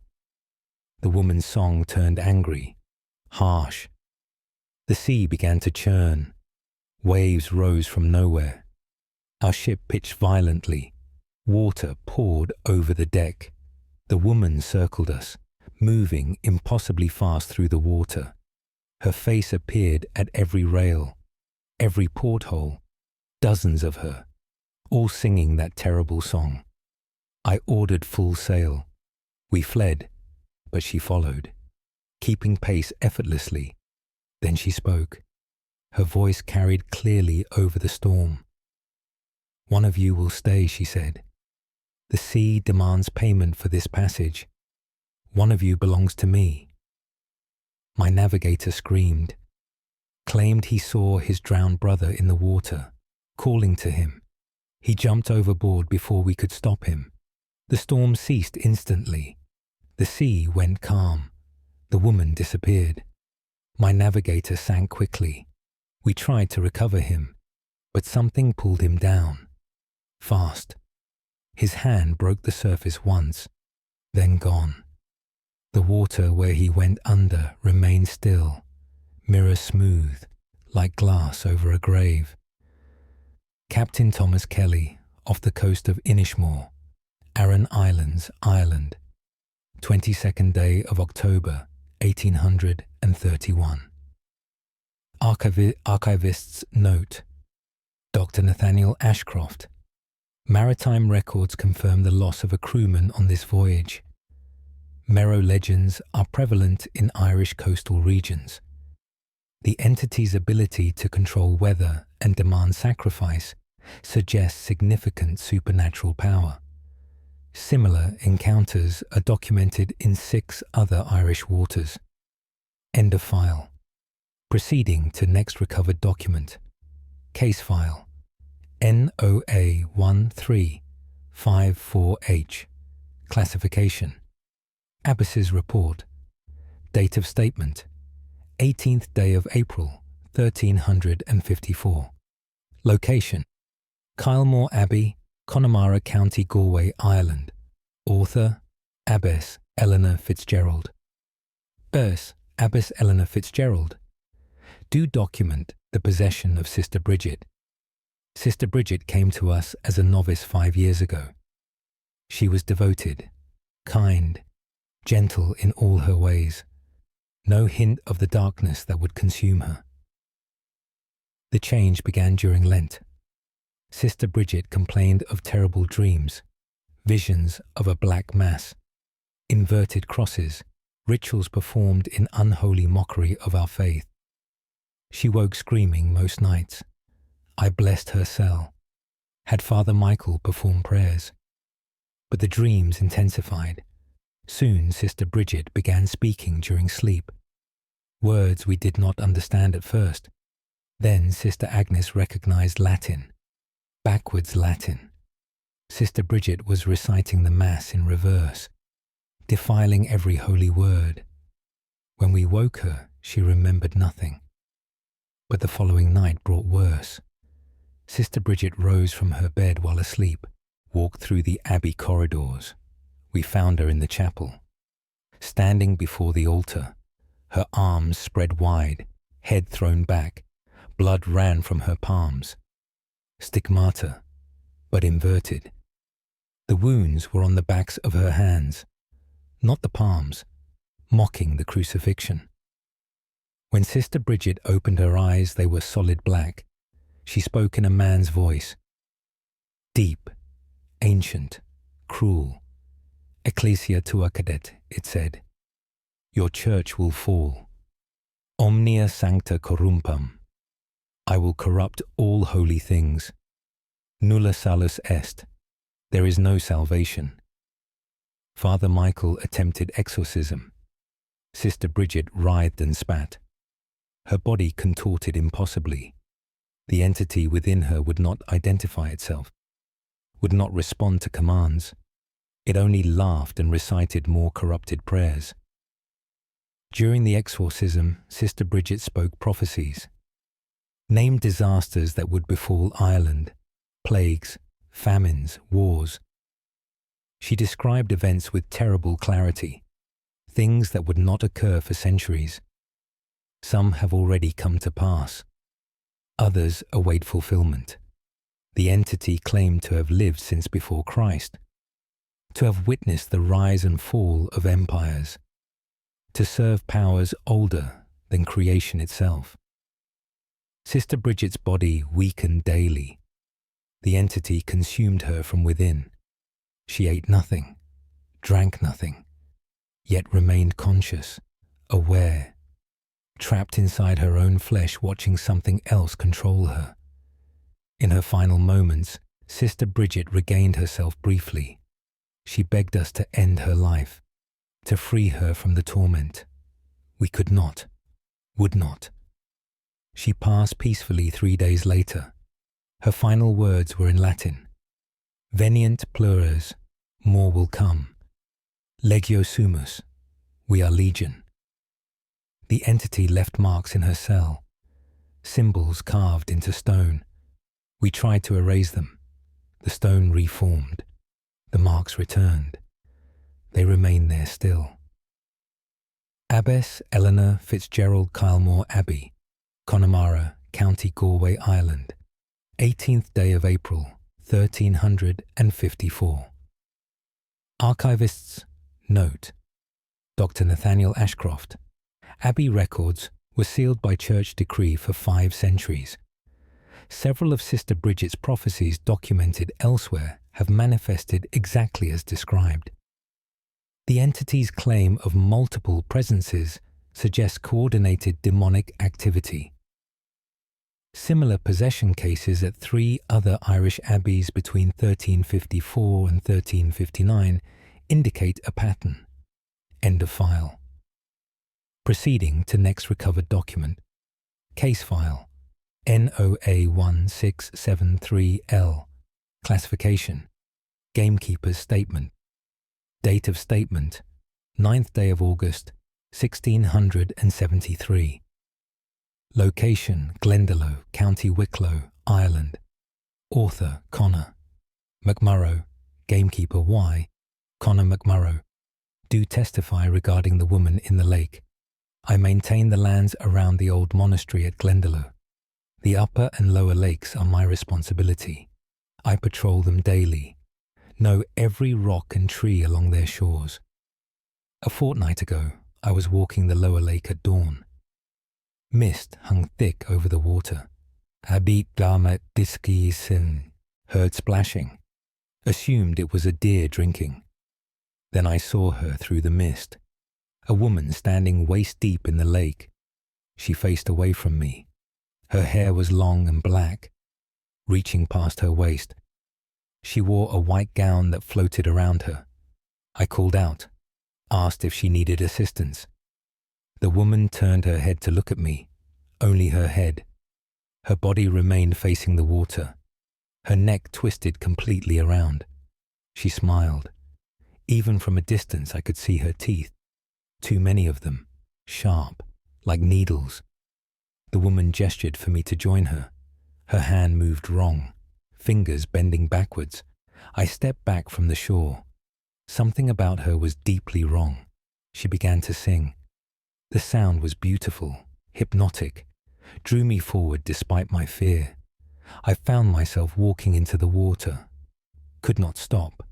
The cold shocked me, broke the spell. I stumbled back to dry land. The woman laughed. The sound echoed across the lake, multiplied, as if dozens of mouths laughed together. She began to walk toward me, not swimming, walking across the lake's surface. Water did not break around her feet. She glided over it like ice. I ran, fled back toward the monastery ruins. The laughter followed. When I reached the old church, I looked back. The woman stood at the lake's edge, watching, still smiling.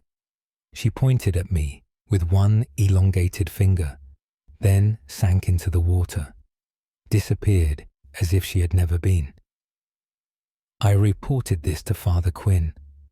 He told me Glendalough's history. The monastery was founded by St. Kevin in the 6th century, but something lived in these valleys before the monks arrived.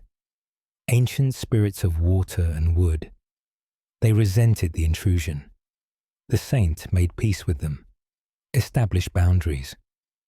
But those agreements are old now, forgotten. The spirits are reclaiming what was theirs. Father Quinn blessed the shoreline, placed crosses at intervals around the lake. But I still see her, most mornings now, standing in the mist, waiting. She has not attempted to lure me again, just watches, patient, eternal. Conor McMurrough, Glendalough, County Wicklow, Ireland. 9th day of August, 1673. Archivist's note: Dr. Nathaniel Ashcroft, Glendalough's lakes, have generated similar reports for centuries. The entity may be connected to pre-Christian water deities. St. Kevin's biographies mention his confrontations with local spirits. The woman's ability to walk on water and resist blessing suggests considerable supernatural power, independent of Christian hierarchy. End of file. Proceeding to next recovered document. Case file NOA1756R. Classification: Constable's investigation. Date of statement: 1st day of May, 1756. Location: Trim, County Meath, Ireland. Author: Constable James O'Neill. Do report on the disturbances at Trim Castle. The castle has stood since the 12th century. Most of it lies in ruins now. But locals avoid it after dark. For good reason. Last month, a young couple was found dead within the castle walls. No marks on their bodies, no signs of violence. But their faces were frozen in expressions of absolute terror. Eyes wide, mouths open in eternal screams. The magistrate ordered me to investigate. I assembled a team of 4 men. We entered the castle at dusk. The ruins are extensive. Many chambers and passages, perfect hiding places. We searched systematically, found nothing unusual until we reached the Great Hall. There the temperature dropped sharply. Our breath misted white. We heard footsteps above us, heavy boots on stone, but the floor above had collapsed long ago. Nothing remained but open sky. Yet the footsteps continued, pacing back and forth. Then we heard voices, men arguing in Norman French, the language of the castle's original builders. None of my men spoke French, but we recognized the tongue. The voices grew louder, angrier. We heard metal clashing, swords meeting swords. A battle was being fought. But we saw nothing. Just empty air, One of my men screamed, claimed he saw blood appearing on the floor, pools of it spreading. I saw nothing, but he insisted, pointed to specific spots, described bodies lying there, men in medieval armor, dead from sword wounds, visible only to him. Then the temperature plummeted further. Ice formed on the walls. In May, my breath froze in my lungs. A figure appeared in the doorway, solid, real, a knight in full armor. His helmet was closed, but I heard breathing from within, ragged, wet, dying breaths. The knight raised one gauntleted hand, pointed at each of us in turn. When his finger aimed at my youngest man, the boy collapsed. Heart stopped instantly. The knight laughed. The sound echoed from his helmet. Then he faded, simply ceased to exist. We carried our dead companion from the castle. Left immediately. I have recommended the ruins be sealed. Too many have died there.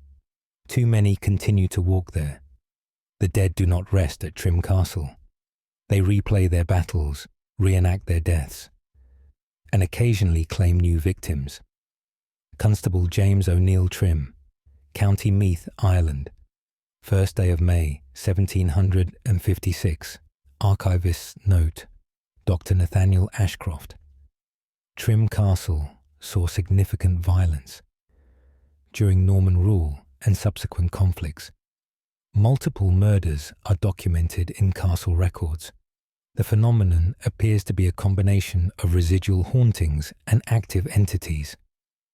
The knight's ability to cause death suggests malevolent intelligence rather than mere psychic imprint. End of file. Proceeding to next recovered document. Case file NOA1489W. Classification: Monk's Confession. Date of statement: 25th day of December 1489. Location: Ballintubber Abbey, County Mayo, Ireland. Author: Brother Seamus O'Malley. Brother Seamus O'Malley, do confess to witnessing the unholy mass. On Christmas Eve I could not sleep. Restless thoughts plagued me. Doubts about my vocation. Questions I dared not speak aloud. I rose from bed and walked the abbey grounds. The night was cold and clear. Stars filled the sky. I heard chanting from the chapel, assumed my brothers were at prayer, but when I approached, I recognized the words. Latin, but wrong, inverted, corrupted. I peered through the chapel door. What I saw will haunt me until death. Figures in black robes surrounded the altar, 13 of them. They moved in unison, performing a ceremony, a dark mirror of the Holy Mass. They spoke the sacred words backwards, desecrated every prayer. The altar was inverted, cross turned upside down, candles burned with green flame. At the center stood a figure taller than the rest. It wore no robe. Its skin was pale as bone. It had no face. Where features should be, there was only smooth flesh. Yet it spoke. The voice came from everywhere. Hocus corpus meum, it intoned. This is my body. But the meaning was twisted, perverted. The 13 figures knelt. The faceless thing blessed them, marked their foreheads with something dark, something that steamed and hissed against their skin. I must have made a sound. The faceless thing's head turned toward the door, toward me. Though it had no eyes, it saw me. I felt its gaze penetrate my soul, strip away all pretense, expose every sin, every doubt, every weakness. The thing smiled. Though it had no mouth, I saw the expression nonetheless, felt its amusement. Veni ad nos, it said. Come to us. Tus est locus hic. Your place is here.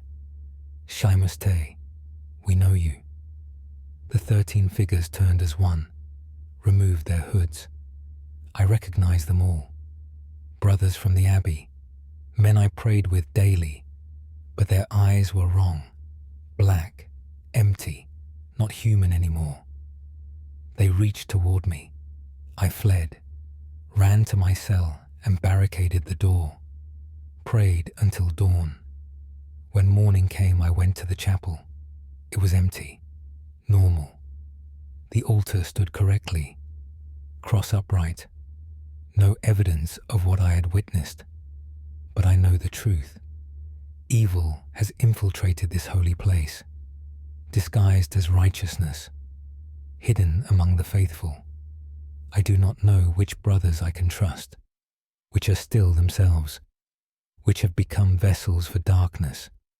I sleep little now, watch constantly, wait for them to come for me, as I know they will. Brother Seamus O'Malley, Ballintubber Abbey, County Mayo, Ireland, 25th day of December, 1489. Archivist's note, Dr. Nathaniel Ashcroft. This confession was found hidden in the Abbey's foundations during renovations in 1872. No record exists of Brother Seamus after this date. Ballintubber Abbey survived the dissolution and continues to operate, making this one of the few institutions where ancient phenomena may persist. End of file. Proceeding to next recovered document. Case file NOA 1527T. Classification: Farmer's account. Date of statement: 10th day of October, 1527. Location: near Tara, County Meath, Ireland. Author: Cormac O'Connor. Tenant: Farmer Wambia Cormac O'Connor. Do recount what happened at the Hill of Tara. I farm land near the ancient seat of High Kings.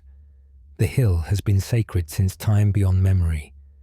I have lived here all my life. Know to respect the old places. Never disturb what should lie still. But my son Brendan had no such wisdom. He was 17 and full of foolish bravery. He wagered with friends he would spend a night on Tara's summit, on Samoyne, the most dangerous night of the year, when boundaries between worlds dissolve. I forbade it, but Brendan climbed the hill after I slept. At dawn he had not returned. I gathered men and ascended Tara. We found Brendan unconscious near the Lear File, the ancient coronation stone. He was cold as ice, barely breathing.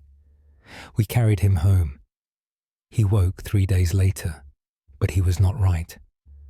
Brendan's eyes had changed. They were distant, unfocused, as if he looked at things we could not see. He spoke of his night on the hill. At midnight, the earth opened. A doorway appeared in the Lear File. Light poured forth, golden and warm. Music played from within, the most beautiful sound. Figures emerged, men and women in ancient dress, wearing crowns and carrying staffs, the old kings and queens of Ireland, long dead, but walking again on Samoyne night. They invited Brendan to join their feast. He followed them through the stone doorway, into chambers beneath the hill, vast halls filled with treasures, gold and jewels, weapons of legend. The ancient kings sat at a great table. Food covered every surface. They welcomed Brendan, offered him drink from golden cups. He accepted. That was his mistake. The moment he drank the mead, Brendan understood. These were not the spirits of kings. They were older things, taking familiar forms, luring the living into their realm. He tried to leave, but the doorway had vanished. The beautiful hall transformed, became a dark cave. The golden treasures turned to bones. The kings revealed their true faces, hollow, decayed, ancient beyond measure. They told Brendan he had accepted their hospitality, eaten their food, drunk their mead. Now he belonged to them. 1 night in their realm equals 1 year in ours. But Brendan had stayed 3 nights by their reckoning. He should have been gone 3 years. They released him only because dawn came. Samhain ended. They had to return beneath the hill, but they marked him first, claimed him. He will return to them when his time comes. Brendan withered rapidly after telling this tale, aged before our eyes. In 3 months he looked 50 years old. His hair went white. His skin grew thin as paper. He speaks little now, stares at Tara constantly, waiting, listening, hearing calls. We cannot. Cormac O'Connor, near Tara, County Meath, Ireland. 10th day of October, 1527. Archivist's note. Dr. Nathaniel Ashcroft. The Hill of Tara served as ceremonial centre of Irish kingship for millennia. Folklore extensively documents otherworld encounters at the site, especially during Samhain. Brendan O'Connor's rapid aging matches traditional fairy tale patterns. The witness's son died within 6 months, appearing 90 years old at death. End of file. Proceeding to next recovered document. Case file. NOA 1812N. Classification. Teacher's record. Date of statement. 28th day of February, 1812. Location. Galway City, County, Galway, Ireland. Author, Miss Fiona Murray. Schoolteacher Y. Miss Fiona Murray. Do document the disturbing changes in young William Shaw. William was 8 years old, a bright, cheerful student, until he found the box.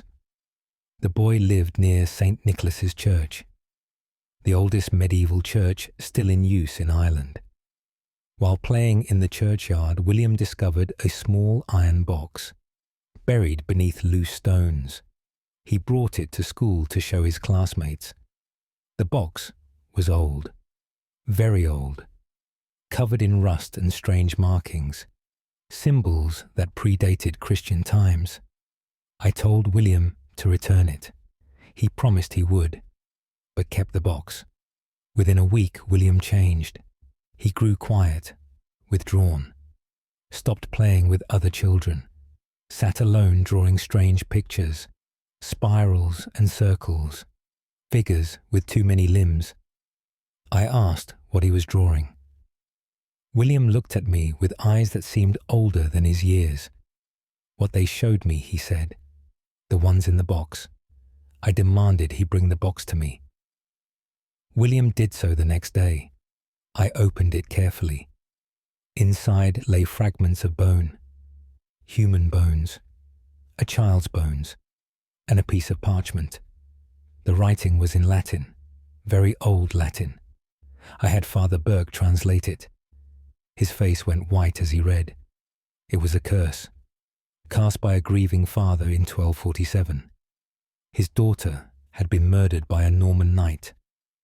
The father cursed the knight's bloodline, every generation, every child, to suffer as his daughter suffered. The bones in the box were hers.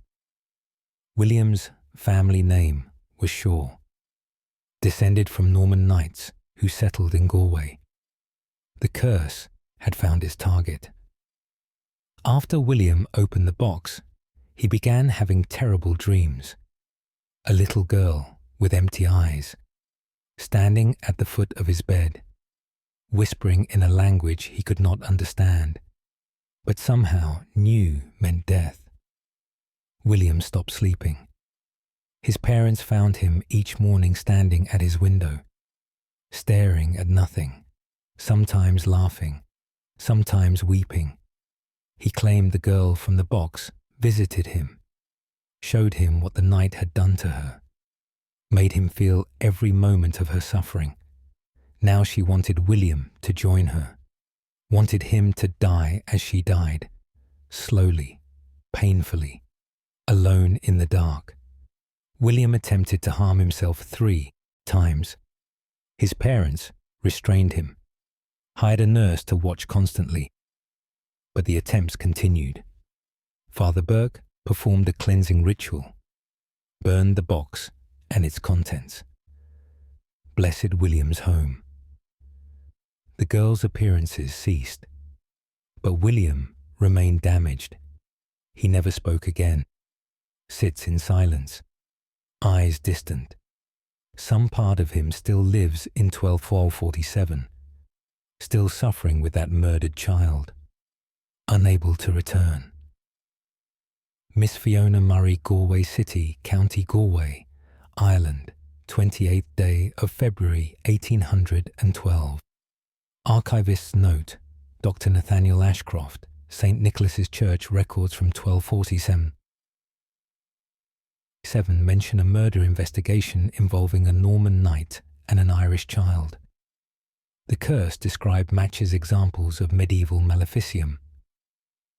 William Shaw was institutionalized in 1813 and died 2 years later, never recovering his faculties.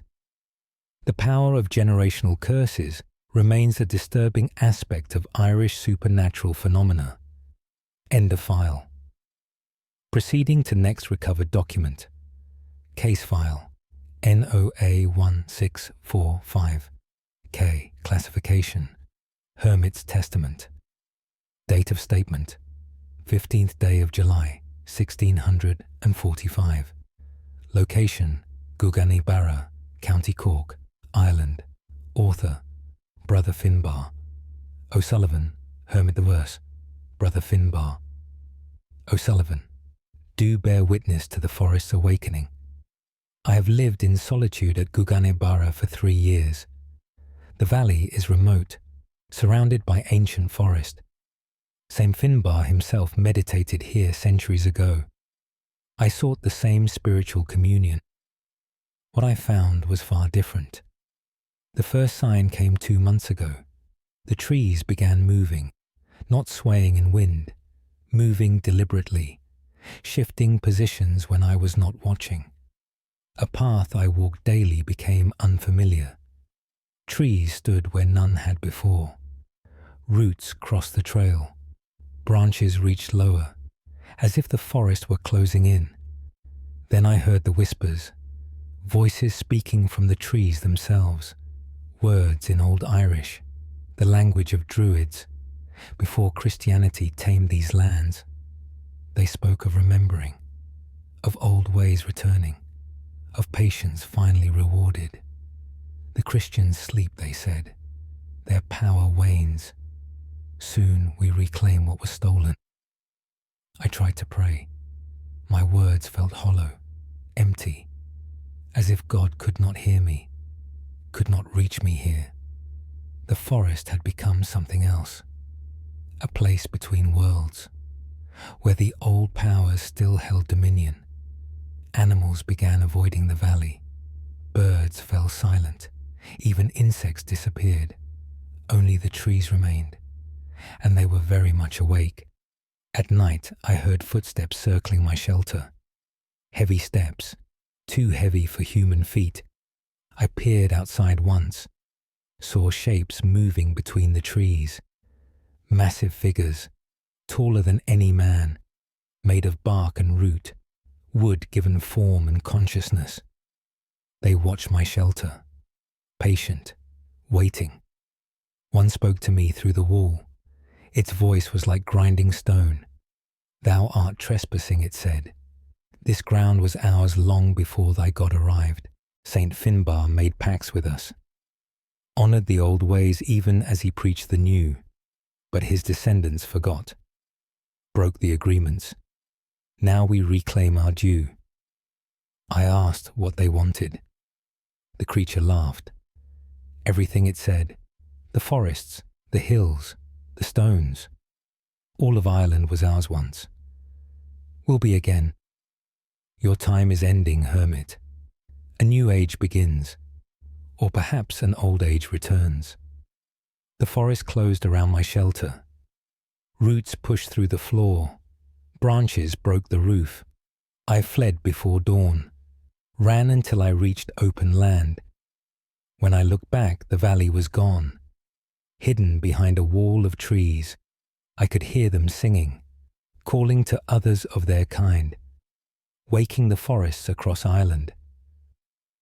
Brother Finbarra O'Sullivan Gugane Barra.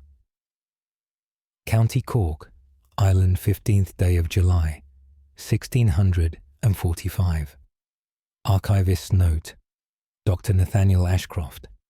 The hermitage at Gugane Barra was abandoned after this testimony. Multiple attempts to re-establish presence failed. The valley remains largely inaccessible due to dense forest growth.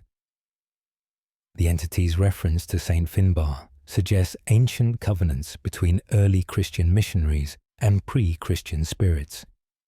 Such agreements may be fracturing. End of file. Proceeding to next recovered document.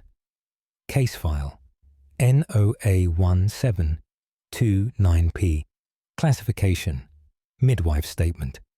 Date of statement 6th day of January 1729. Location Barra, County Offaly, Ireland. Author Siobhan Kelly, midwife. I, Siobhan Kelly, do testify regarding the birth I attended. I was called to the home of Margaret Daly. She was in labour with her first child. The pregnancy had been difficult. Margaret spoke of terrible dreams, of things moving inside her, more than just the baby. Something else, something wrong. I arrived at dusk. The labour had already begun. Margaret screamed constantly, not from pain, from fear. She begged me to make it stop, claimed the child was trying to kill her from within. I examined her and found the pregnancy progressing normally. But Margaret's terror was genuine. The labour lasted through the night. Margaret's screams grew worse. She spoke in languages I did not recognise, ancient tongues. Her eyes rolled back, showing only whites. Finally, at dawn, the child emerged. A boy, perfect in every way. But he did not cry, just stared at us with knowing eyes, eyes far too aware for a newborn. The baby smiled, showing teeth that should not yet exist. Margaret saw this and began shrieking. "Not my child," she wailed. "It is not my child.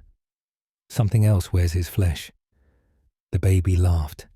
The sound was wrong, too deep, too amused. I wrapped the child quickly, tried to place him in Margaret's arms. She refused, pushed him away.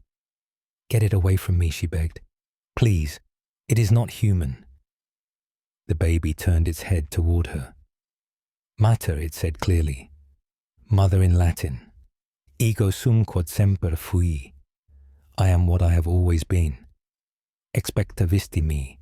You expected me. Margaret fainted.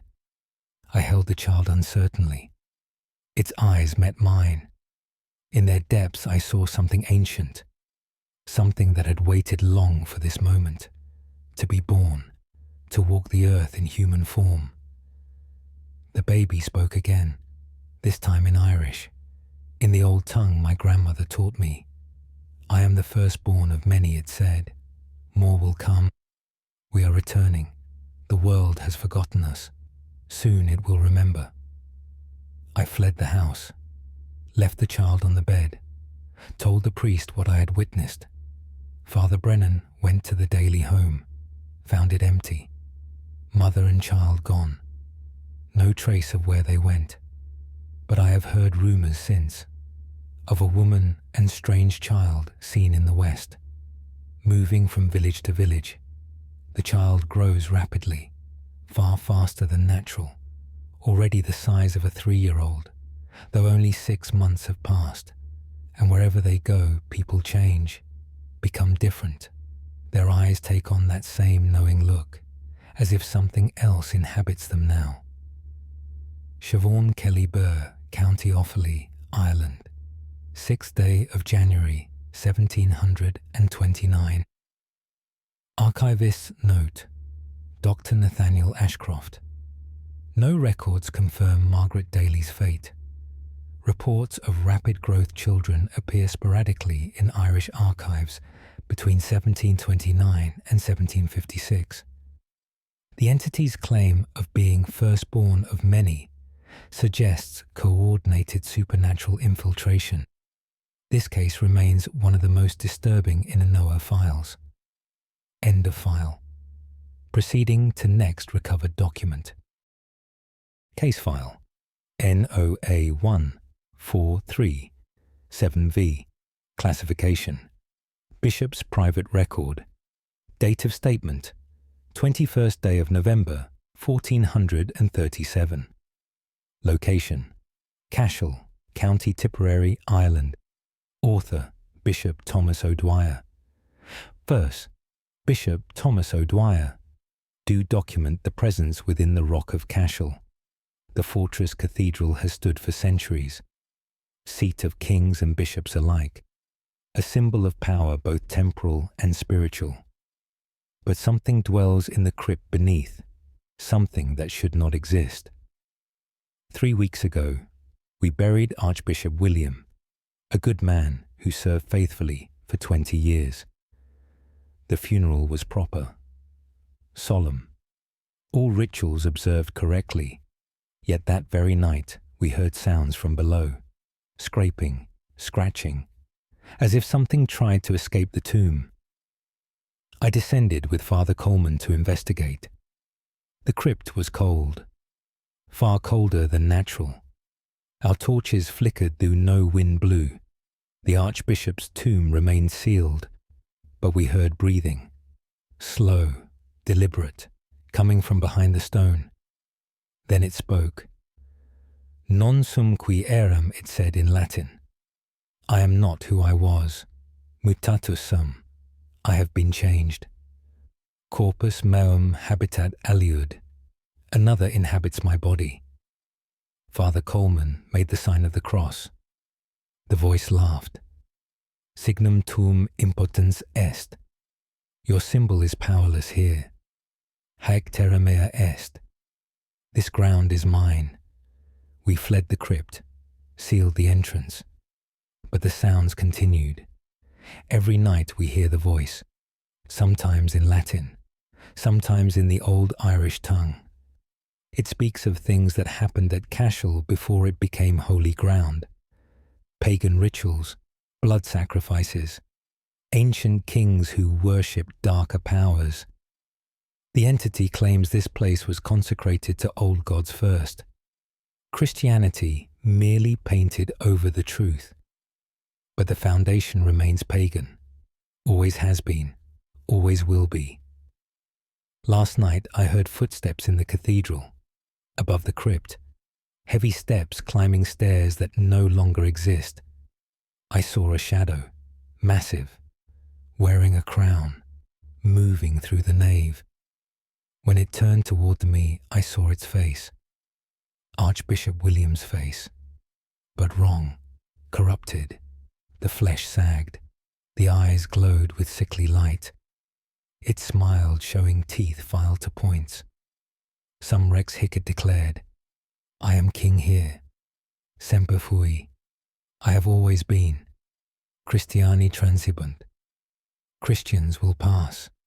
Ego maneo. I remain. The figure faded as dawn approached, but I know it will return.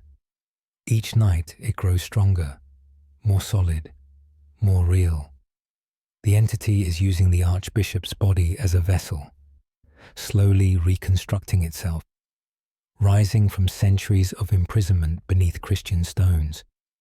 I have written to Rome, requested exorcists, scholars of the ancient world, but I fear we may have awakened something beyond the Church's power, something that remembers when it ruled this rock and wants its throne back. Bishop Thomas O'Dwyer, Cashel, County Tipperary, Ireland, 21st day of November, 1420. 137 Archivist's Note. Dr. Nathaniel Ashcroft. The Rock of Cashel served as royal seat for Munster kings centuries before Christian conversion. Multiple pagan sites existed there previously. Bishop O'Dwyer disappeared 3 months after this record. His body was never found. The crypt remains sealed by church decree. End of file. Proceeding to next recovered document. Case file. NOA 1591H. Classification. Tavern keeper's account. Date of statement. 3rd day of May, 1591. Location. Kilkenny City, County. Kilkenny, Ireland. Author. Dermot Walsh, tavern keeper. Why? Dermot Walsh. Do report what appeared in my establishment. I have kept the Black Boar Tavern for 15 years. Know every customer, every regular patron. What walked through my door 3 nights ago was not human. The hour was late. Most customers had departed. Only a few drinkers remained. The door opened, though no hand touched it. A man entered, or something wearing the shape of a man. He was tall, dressed in clothes from centuries past, a nobleman's attire, but rotted, moth-eaten, stained with earth and decay. His skin was grey, corpse grey. His eyes were hollow pits, yet he looked at us, saw us. The figure moved to the bar, sat on a stool. The wood creaked beneath him. He was solid, real, not a phantom. I asked what he wanted. The figure smiled. His teeth were black, rotted. Ale, he said.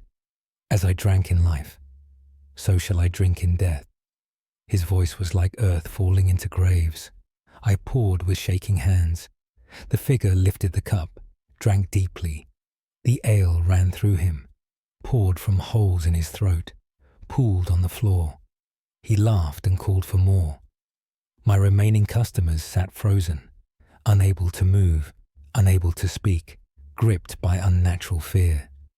The figure drank 5 more cups. Each time the liquid flowed through him, he could not contain it, could not process it, but he drank anyway. Finally, he pushed the empty cup away. The figure turned to address the room. I am Patrick Archer, he announced. Baron of these lands 400 years past. I drank myself to death in this very building, when it was a manor house. My manor house. They buried me in the churchyard, but I could not rest, cannot rest. The thirst remains, always remains, never satisfied, never quenched. The figure stood. Every night I rise, he said, walk my old domains, seek what I craved in life. But death has taken the pleasure from drinking, left only the need, the eternal need. The figure walked among my customers, touched their shoulders with rotted hands. Some of you will join me soon, he whispered. I see it in your faces. Drink too deeply, love the cup too well, and you will walk as I walk, forever thirsty, forever denied. The figure faded as he spoke, grew translucent, until only his eyes remained, burning in empty air. Then even they vanished. The door stood open. Cold wind blew through. My customers fled immediately, have not returned. I found records at the church. Patrick Archer did exist, a Norman baron who built a manor on this site. Died of drink-related illness in 1191. Known for his excessive consumption, his grave stands in St. Mary's churchyard. The stone is worn but readable. I will not serve drink after dark anymore. Will not risk encountering Baron Archer again. Some thirsts cannot be satisfied. Some addictions transcend death itself. Dermot Walsh, Kilkenny City, County Kilkenny, Ireland. 3rd day of May, 1591. Archivist's note. Dr. Nathaniel Ashcroft, Parish Records, confirm Patrick Archer's existence and death by alcoholism. The tavern site was indeed a Norman manor house. Multiple sightings of a drinking phantom in Kilkenny span 3 centuries. The entity appears bound to its addiction, even in death, illustrating the terrible persistence of earthly desires. End of file. Proceeding to next recovered document. Case file. NOA 1768L. Classification. Doctor's notes. Date of statement. 17th day of August, 1768. Location. Westport, County Mayo, Ireland. Author. Dr. Samuel Green. Physician. I, Dr. Samuel Green. Do record the peculiar affliction of the Murphy family. I was summoned to their cottage on the edge of town.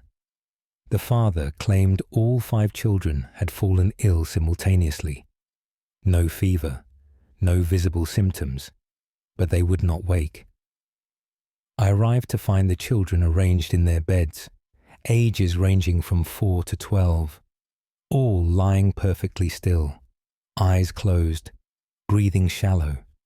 I examined each thoroughly, found nothing physically wrong. Their hearts beat normally, their lungs functioned properly, yet they remained unconscious. The mother wept and prayed, claimed this was fairy work, that the children had been taken. What lay in the beds were mere shells, changelings. I dismissed such superstition, attempted various treatments, smelling salts, stimulants. Nothing worked. The children would not wake. On the 3rd day something changed. The eldest girl's eyes opened, but she did not wake. Her eyes moved independently, one looking left, one looking right, both seeing things not in the room. She began to speak, words in a language I did not recognize, rhythmic, almost musical. The other children's eyes opened, all speaking the same strange tongue, in perfect unison. Their voices blended into one. I called for the local priest. Father Murphy arrived within the hour. He listened to the children's speech.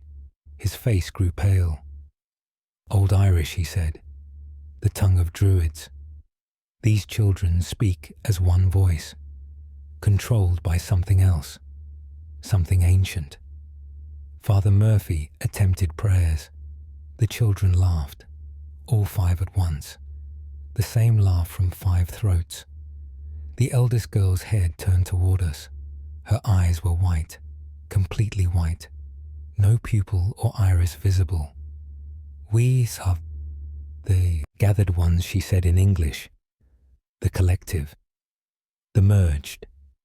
Your children wandered into our circle, the old stone ring on the hill, during the full moon, when boundaries dissolve. Now they are ours.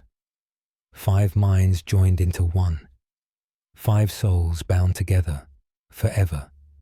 I demanded they release the children. The entity laughed again. Release requires sacrifice, the girl said. 1 for 5.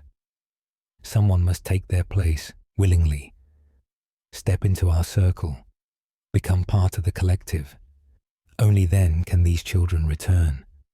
The parents refused, could not choose which one should suffer. Father Murphy blessed the children, performed cleansing rituals. The entity remained unmoved, unconcerned. The children still lie in their beds. 3 weeks have passed. Their bodies function, but their minds are elsewhere, trapped in that stone circle, merged with something that should not be. I visit daily, monitor their condition, but nothing changes.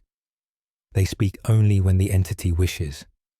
Tell us of other worlds, other times, things they could not possibly know. The parents have aged years in weeks, watching their children's bodies breathe, while their souls remain imprisoned, forever gathered, forever merged, forever lost. Dr. Samuel Green, Westport, County Mayo, Ireland, 17th day of August, 1768. Archivist's note. Dr. Nathaniel Ashcroft. The stone circle referenced remain standing near Westport. Local tradition warns against entering such rings during full moons. The Murphy children never recovered. Their collective consciousness persisted until their bodies died of malnutrition. The entity's offer of exchange was never accepted. End of file. Proceeding to next recovered document. Case file. NOA1345R. Classification. Ships. Captain's log. Date of statement. 9th day of June, 1345. Location. At sea. Near Skellig Rocks, County Kerry, Ireland. Author. Captain Robert Fitzgerald, Merchant Vessel Y. Captain Robert Fitzgerald. Do document what pursued our ship. We sailed from Cork bound for Dingle. The sea was calm, weather clear. A routine voyage. At midday we passed near the Skellig Rocks, those forbidding islands where monks built their monastery. That is when we first heard the singing, a woman's voice carrying across the water. Beautiful beyond description. My crew stopped their work to listen. The song pulled at something deep within us, made us long for things we could not name. I ordered the men back to their duties. But the singing continued, growing louder, more insistent. Then we saw her, a woman floating in the water ahead. Her hair spread around her like dark seaweed. She sang directly at our ship, arms outstretched, beckoning. I ordered us to change course, avoid her, but she appeared again, now on our starboard side, still singing, still beckoning. Her face was pale as moonlight, beautiful, terrible. Her eyes were black from edge to edge. My helmsman tried to steer away. The wheel would not turn. The ship moved of its own accord. Toward the singing woman, she smiled, showing teeth like needles, sharp, numerous, not human at all. 3 of my crew jumped overboard, simply leaped into the sea, swimming toward her. I tried to stop them. Too late. They reached the woman. She embraced them, drew them under. The water churned red, brief, violent, then still. The woman surfaced again. Blood stained her chin. She licked it away slowly, smiled at us, sang louder. More crew members moved toward the rail, eyes glazed, entranced. I struck them, bound them, anything to keep them aboard. The woman circled our ship, her song never ceasing. She touched our hull. Where her hands made contact, wood began to rot. Splinter. Water seeped through. We were taking damage, sinking slowly. The woman laughed between verses of her song. She would have us all, one way or another, in the water or drowned on a sinking ship. I ordered the men to pray, recite every prayer they knew, loudly, drowning out her song. It worked partially. Her smile faded. Her song grew harsh, angry, but she did not retreat. We prayed for hours, until our voices were raw, until our throats bled from the effort. Finally, as dusk approached, she sank beneath the waves. Gone. But not permanently. I know she waits in these waters, hunting, always hungry. We lost 3 men, good sailors, devoured by something from Irish legend, a merrow, a sea spirit, more monster than woman. I will not sail these waters again, will not risk encountering her. Some creatures should remain in stories, should never be proven real. Captain Robert Fitzgerald, at sea, near Skellig Rocks, County Kerry, Ireland. 9th day of June, 1345. Archivist's note, Dr. Nathaniel Ashcroft. Multiple ship logs from Kerry waters document similar encounters. The Skellig area remains treacherous for reasons beyond natural hazards. The Merrow's ability to rot wood with touch suggests supernatural corrosive properties. 3 drowned sailors were never recovered. End of file. Proceeding to next recovered document. Case file. NOA 1629 F classification. Manor House record. Date of statement. 26th day of December, 1629. Location. Strokestown, County Roscommon, Ireland. Author. Lady Margaret Mahon, noblewoman Mai. Lady Margaret Mahon. Do testify regarding the portrait in our gallery. The painting arrived as part of my late husband's estate, a family heirloom from his grandfather's time. It depicted a woman in Tudor-era dress, beautiful but cold. Her eyes seemed to follow observers through the room. We hung it in the main gallery among other ancestors. That was our mistake.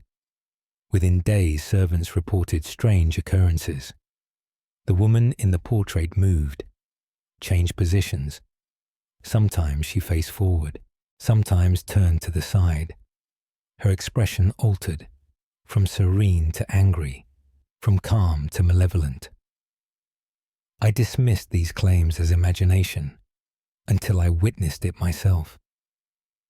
I was walking the gallery at twilight, admiring the collected portraits of my husband's line. When I reached the Tudor woman, I stopped. Her head was turned, looking directly at me. I had hung this portrait myself. She faced forward then. Now she stared sideways, eyes locked on mine. I approached closer. The woman's lips moved, formed words though no sound emerged. Her hand lifted slightly, pointing at me, accusing. I fled the gallery, summoned my steward. We returned together. The portrait had changed again. Now the woman's mouth was open, as if screaming silently. Her hand clutched at her throat. Her eyes were wide with terror. My steward suggested we remove the painting, burn it. But when servants tried to take it down, they could not. The portrait seemed fixed to the wall, impossible to dislodge. Their hands slipped, grips failed, the frame would not budge. That night I heard screaming, a woman's voice echoing through the manor. I followed the sound to the gallery. The portrait woman now stood outside her frame. In the room, 3-dimensional, solid, real. She wore the same Tudor dress. Her face was pale as death. She pointed at me, spoke in a voice like winter wind. "Thou art living in my house," she said, "sitting in my chair, wearing my jewels. This was my domain. I built this manor, ruled these lands. Then I was murdered, poisoned by my own family. They wanted my wealth, my power. They killed me, buried me in secret, painted my portrait as memorial, but trapped my soul within it, bound me to canvas and pigment. For 300 years I have watched, seen generations pass, unable to speak, unable to act, until now. The binding has weakened, I am free, and I want everything back." The woman advanced. Her hands reached for my throat. I felt cold fingers touch my skin. My breath stopped. Then dawn broke. Light flooded the gallery. The woman shrieked, dissolved into shadow, flowed back into the portrait. When I looked, the painting showed her again, but different. Now she stood outside her original pose, hands pressed against the canvas, as if trapped behind glass, her mouth open in eternal scream. We sealed the gallery. No one enters, but I still hear her every night, screaming, demanding release, demanding justice, demanding life. Lady Margaret Mahon, Strokestown, County Roscommon, Ireland, 26th day of December, 1629. Archivist's note. Dr. Nathaniel Ashcroft Manor records indicate a Lady Catherine Mahon died mysteriously in 1329. Circumstances were suspicious, but never investigated. The portrait remains in family possession, sealed in storage. Multiple attempts to destroy it have failed. The entity appears permanently bound, but increasingly capable of partial manifestation. End of file. Proceeding to next recovered document. Case file NOA1473WW classification. Monastery Chronicle. Date of statement 11th day of September 1473. Location Timoleague Abbey, County Cork, Ireland. Author Abbot Domhnall O'Sullivan. Abbot Domhnall O'Sullivan. Do chronicle the possession that befell our community. It began during evening vespers. Brother Targ was leading prayer when he faltered. His voice changed mid-sentence, became deeper, harsh. He spoke Latin backwards, desecrating the Psalms. We stopped immediately, demanded to know what afflicted him. Brother Targ turned to face us. His eyes were solid black. His smile was not his own. Ecce ego, he said. Behold me. Sum in medio vestrum. I am in your midst. Dio expectavi. Long have I waited. Brother Targ collapsed. We carried him to the infirmary, bound him to his bed. He thrashed violently, spoke in multiple voices, some in Latin, some in Greek, some in tongues no living man should know. Father Cormac attempted exorcism. Brother Targ laughed through every prayer, mocked every holy word. The entity within him knew things, secret sins of our brotherhood, hidden failings, buried shames. It spoke them aloud, named each transgression, each weakness, shattered our illusions of sanctity. Then it began speaking prophecies, named kings who would rise and fall, battles yet to be fought, monasteries that would burn. It described the English conquest, the dissolution of abbeys, the end of monastic Ireland, all in terrible detail. When we demanded its name, it only laughed. Nomina multa habeo, it said. I have many names. Sum antiquus. I am ancient. Eram hic ante monachos. I was here before monks. Ero hic post eos. I will be here after them. The possession spread. Within a week, 4 more brothers were afflicted, all speaking with the same voice, all sharing the same consciousness. The entity moved between them, hopped from body to body. We could not contain it, could not predict where it would appear next. The possessed brothers grew violent, attacked those still free, tried to corrupt us, whispered temptations, offered forbidden knowledge, promised power. We locked them in the cellar, all 5 together. They sang down there, unholy hymns, praising darkness, calling to something, summoning something. The 5th night, we heard new voices, more than 5. Dozens of voices joined their song, coming from beyond the cellar walls, from beneath the abbey, the ground itself. Something was answering their call, rising, waking. I ordered the abbey evacuated. We fled before dawn, left the possessed brothers behind. May God forgive us. But we could not stop what was coming.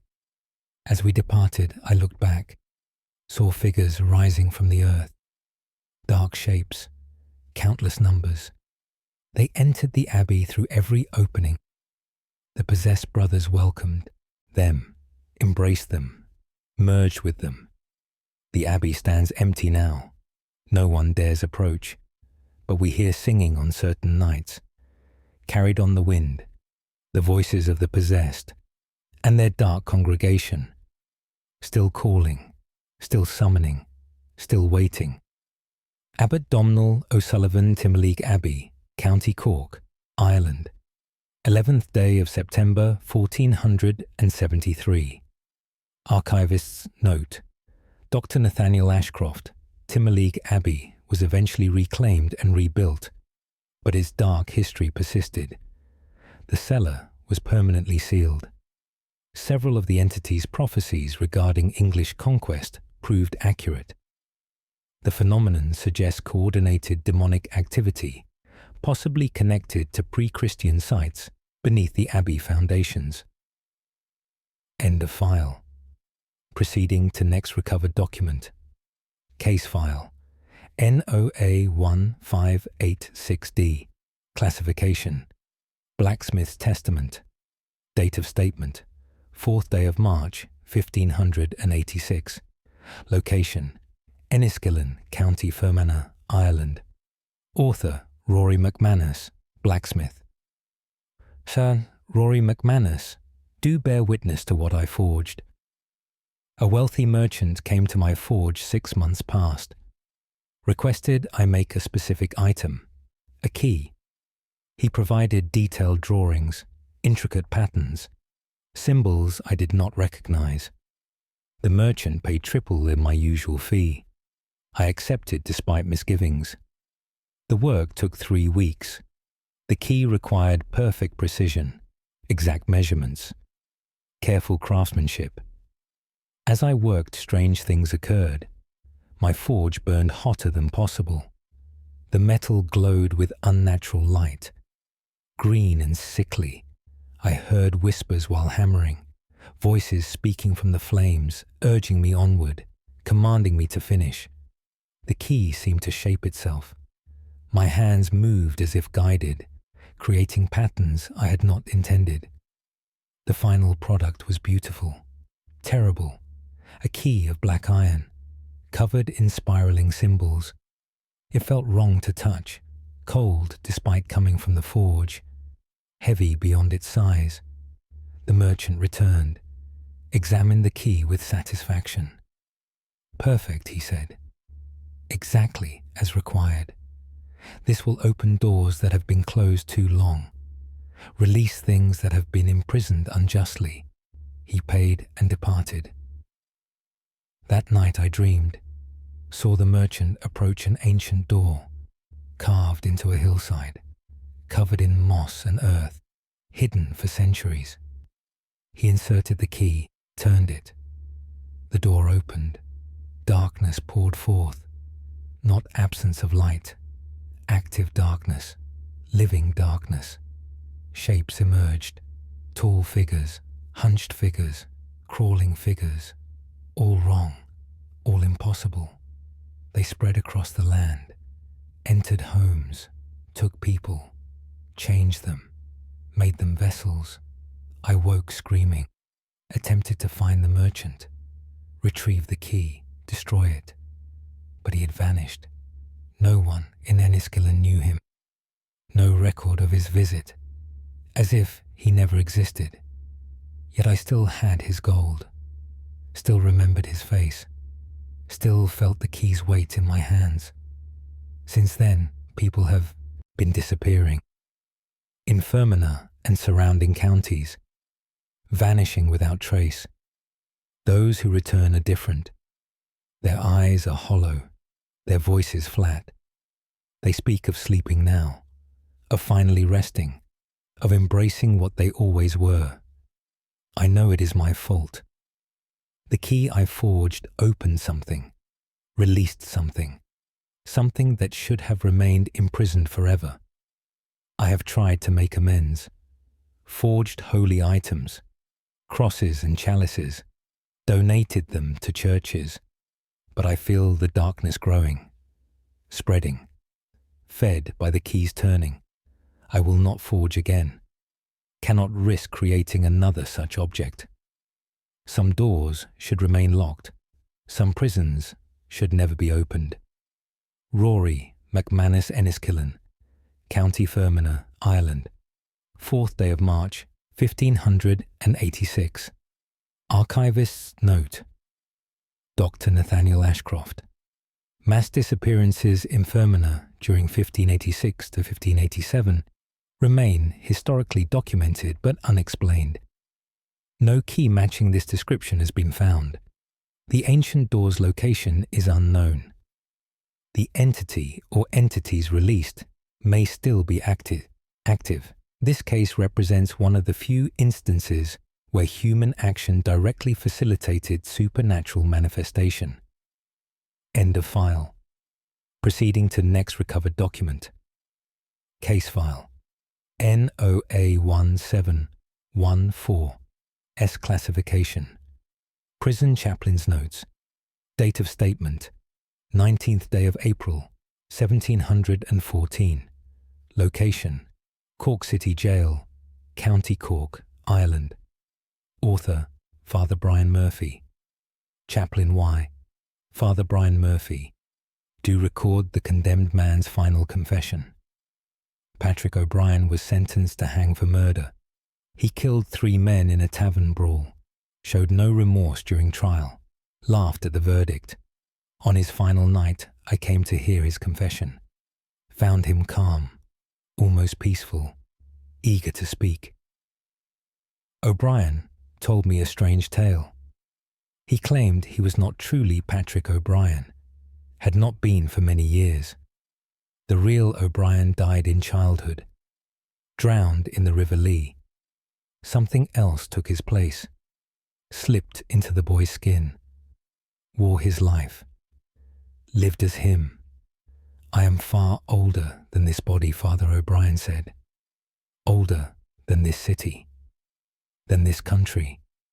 I have lived 1,000 lives, worn 1,000 faces. Each time I choose a child, recently passed, their families mourn, never knowing I wear their beloved's form. I asked what he was. O'Brien smiled. I have no name you would understand, he said. Your language has no words for what I am. I am what walked before men, what will walk after. I move through your world, sampling lives, experiencing mortality, then moving on. Death means nothing to me. When they hang this body tomorrow, I will simply leave, find another recently deceased child, begin again. I challenge this as madness, delusion brought by fear of death. O'Brien laughed. Let me prove it, Father, he said. Tomorrow when I hang, observe closely. Watch my face as I die. You will see. The following day I attended the execution. Stood near the gallows as required. O'Brien was led forth. He met my gaze, winked. The noose was placed. The trap sprung. O'Brien's body dropped, neck broken instantly. But his face changed in death.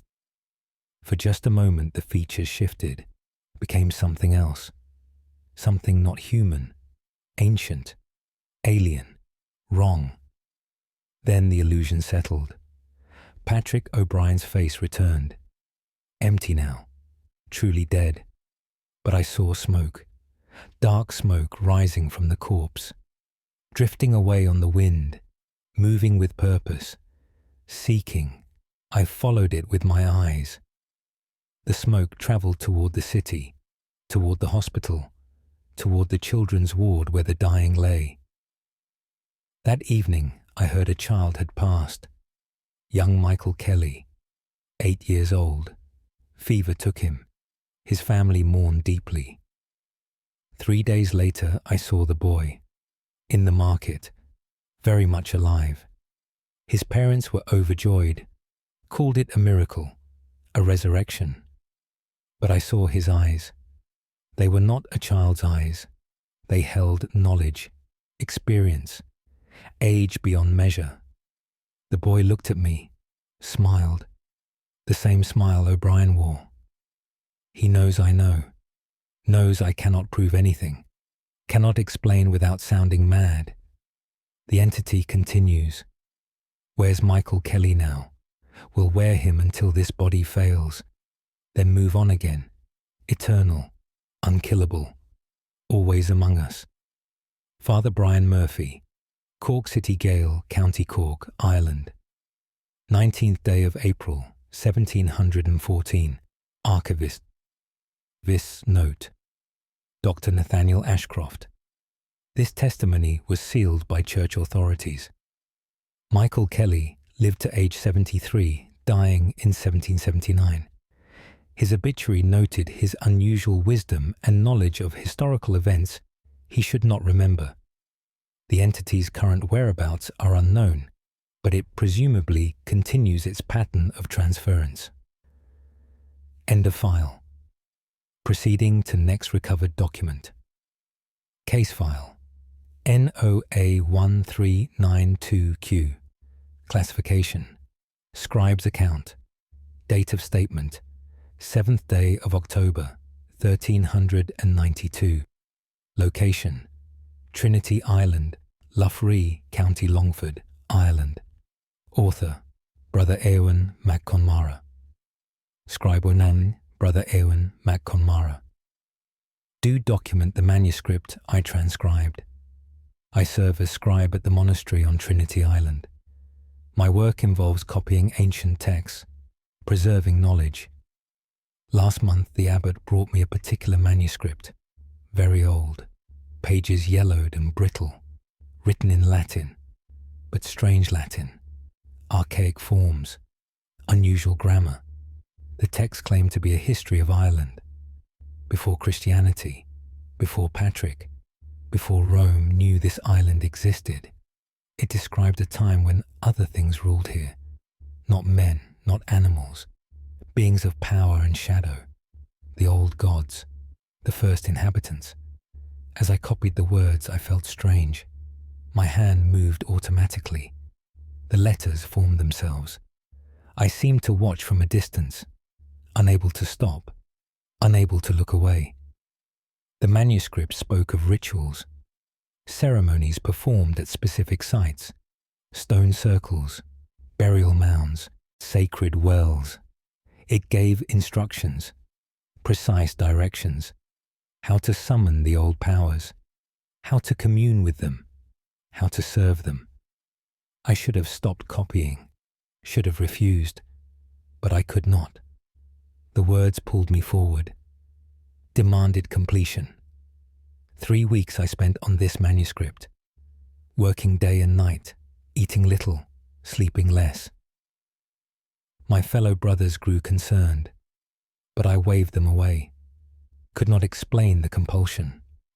Finally I finished, the last word written, the final page complete. I set down my quill, looked at what I had created. The copy was perfect, exact in every detail, but it was more than a copy. Something had transferred. The manuscript now held power, real power. I felt it radiating from the pages, pulsing, alive. That night I burned it, threw both original and copy into the fire, watched them blacken and curl, turn to ash.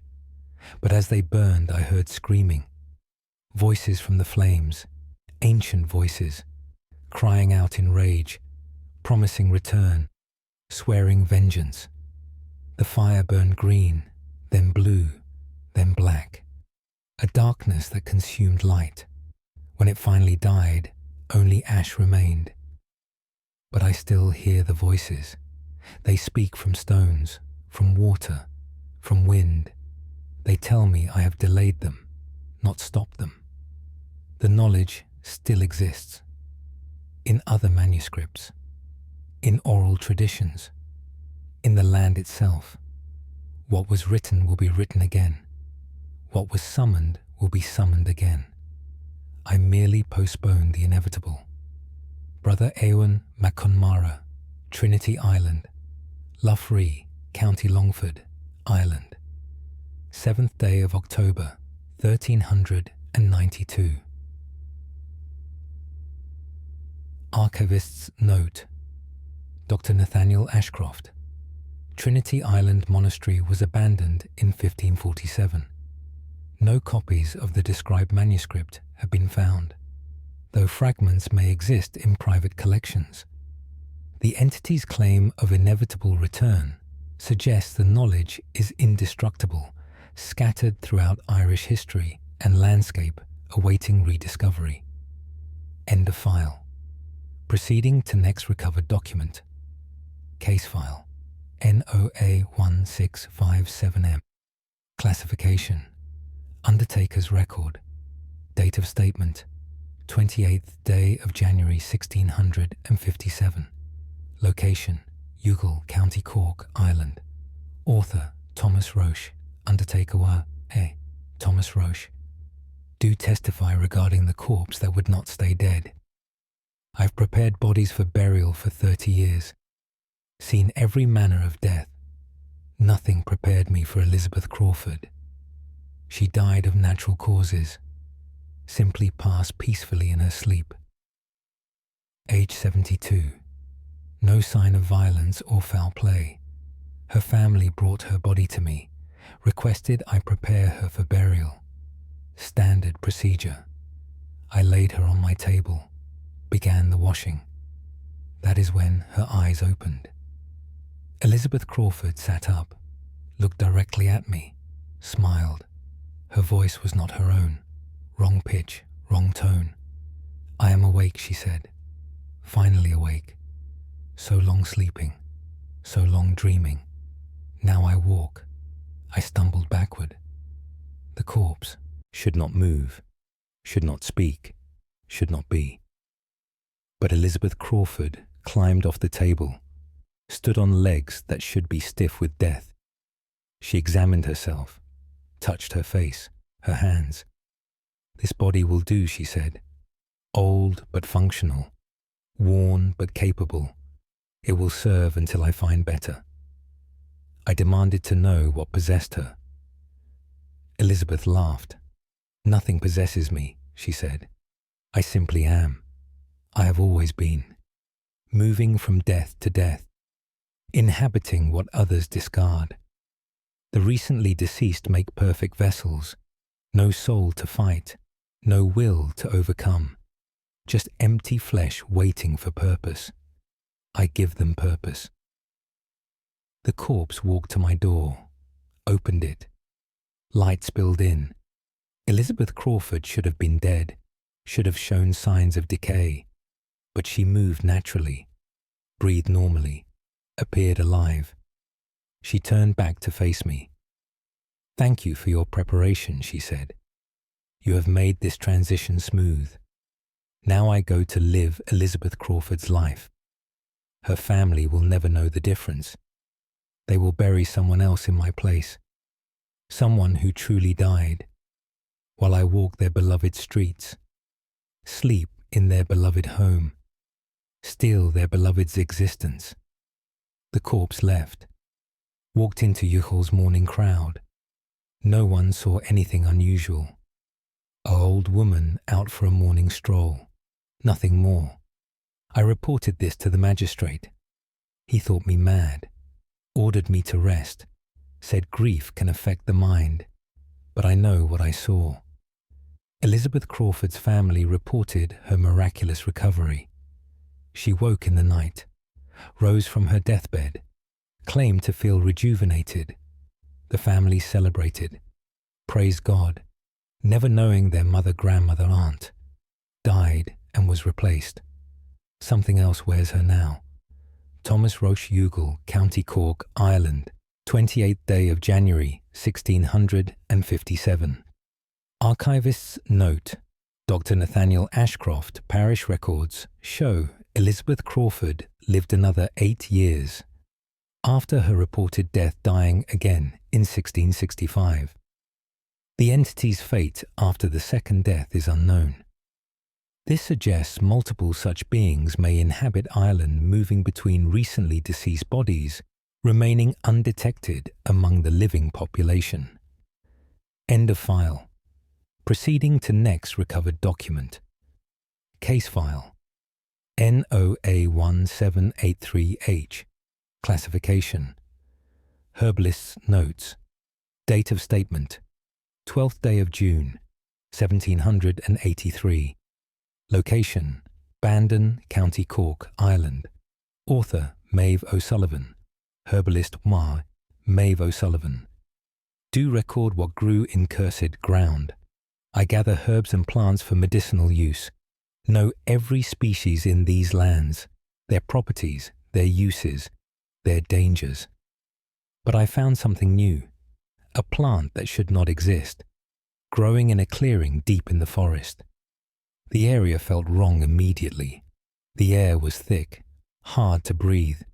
The ground was dark, stained, as if something terrible had soaked into the earth. At the center grew a single plant, unlike anything in any botanical text. Its leaves were deep purple, almost black.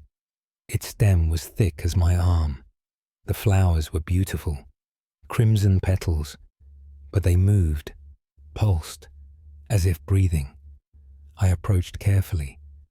The plant turned toward me, tracked my movement. Without eyes, it saw me. I heard whispering, coming from the plant itself. Words in Old Irish, the language of Druids. Take me, it whispered. Use me. I can cure any ailment. Grant any wish. All I ask is nourishment. I asked what nourishment. The plant's flowers opened wider, revealed something inside. Teeth, tiny needle teeth lining the petals. Blood, it whispered. I feed on blood. Just a few drops, a small offering, for great power. I refused, tried to back away. Roots burst from the ground, wrapped around my ankles, held me fast. The plant grew rapidly, shot upward, towered over me. The flowers descended, opened like mouths, snapping, hungry. I cut the roots with my knife, freed myself, ran. Behind me I heard the plant screaming, a sound like wind through caves, like dying animals, like children crying. When I reached the forest edge, I looked back. The plant had tripled in size, filled the clearing. Its roots spread like a web. Searching, hunting. I returned with men, brought axes and fire. We found the clearing empty. The plant was gone. Just dark earth remained. And bones, human bones, scattered across the clearing, partially buried. Dozens of them. Some ancient, some recent. The plant had fed well over the years. We burned the clearing, salted the earth, consecrated the ground. But I know the plant survived. It moved, relocated, found new hunting grounds. It grows somewhere still, waiting, luring victims, feeding, always feeding. Maeve O'Sullivan, Bandon, County Cork, Ireland, 12th day of June, 1783. Archivist's note, Dr. Nathaniel Ashcroft. The bones were examined and confirmed human, representing at least 30 individuals. The plant described matches no known species. Similar entities appear in pre-Christian Irish mythology, connected to sites of ritual sacrifice. The phenomenon suggests supernatural flora capable of mobility and predation. End of file. Proceeding to next recovered document. Case file NOA 1461B. Classification Village Elder Statement. Date of statement 16th day of July 1461. Location Ardara, County Donegal, Ireland. Author Seamus Gallagher. Village Elder Way, Seamus Gallagher. Do document the well that grants wishes. In the hills above Ardara stands an ancient well, sacred since time before memory. Locals leave offerings there, flowers, coins, prayers. The well is said to grant wishes, but only to those pure of heart. Most receive nothing, their wishes unheard, unanswered. Last month a stranger came to Ardara, a wealthy merchant from Dublin. He asked about the well, wanted to make his fortune even greater. We warned him, told him the well is dangerous. Not all wishes should be granted. Not all desires should be fulfilled. He laughed. climbed the hill alone. We did not see him for 3 days. When he returned, he was changed. His eyes gleamed with unnatural light. His smile was too wide, too satisfied. The merchant announced he would be leaving, returning to Dublin, to claim what was now his, what the well had promised. He departed at dawn. 2 weeks later, we heard news. The merchant's business rivals had all died. 7 men, all on the same night, all in their sleep. No marks on their bodies, no signs of violence. Simply dead. The merchant inherited everything, became the wealthiest man in Dublin. But the deaths continued. Anyone who opposed him, competed with him, challenged him. They died, always mysterious, always sudden, always at night. The merchant's wealth grew, his power expanded, but he aged rapidly. Within a year, he looked 20 years older. Within 2 years, he was decrepit, withered, ancient, but still alive, still acquiring, still consuming. We heard he cannot sleep, dare not sleep, because something waits in his dreams, something from the well. It granted his wish, gave him everything he desired, but the price is his soul. Slowly drained, night by night, drop by drop, fed to whatever dwells in that well. We sealed the well after his visit, covered it with stones, blessed it, warned all away. But sometimes we hear singing from beneath the rocks, a woman's voice, beautiful, seductive, promising anything, everything, for the right price. Seamus Gallagher Ardara, County Donegal, Ireland, 16th day of July, 1461. Archivist. Note, Dr. Nathaniel Ashcroft. The well remains sealed, though its exact location has been lost to time. Similar wish-granting wells exist throughout Ireland, often connected to pre-Christian water deities. The merchant referenced died in 1464, appearing 90 years old at age 35. His vast fortune vanished after his death, unable to be located. End of file. Proceeding to next recovered document. Case file NOA 1538V. Classification Miller's testimony. Date of statement 24th day of November 1538. Location Mill Street, County Cork, Ireland. Author Conor McCarthy, Miller Puers Conor McCarthy. Do testify regarding the thing in my mill. I operate the grain mill on the River Finno. The mill has stood for 3 generations. Built by my grandfather, maintained by my father, now mine. I know every sound it makes, every creak and groan, the rhythm of the wheel, the flow of water. But 3 weeks ago a new sound appeared. Scratching, coming from within the walls. I searched but found nothing. No rats, no birds. Just scratching, constant, regular, as if something clawed at the wood, trying to get out or trying to get in. The scratching grew louder each night, more insistent, more desperate. I heard breathing behind it, heavy, rasping breaths. That is when I knew. Something lived in my mill, something I had not invited. One night I stayed late, waited in darkness, watched the walls. At midnight, the scratching stopped. Silence fell, complete, absolute. Then the wall split open. Wood cracked down the center. A gap appeared. Darkness poured out. Not absence of light. Active darkness, moving, flowing, taking shape.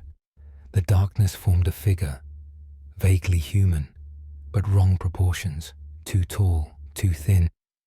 Limbs that bent incorrectly. It turned toward me. I saw eyes in the darkness, red, glowing, ancient. ancient. The figure spoke. Its voice was grinding stone. "This mill is mine," it said, "has always been mine.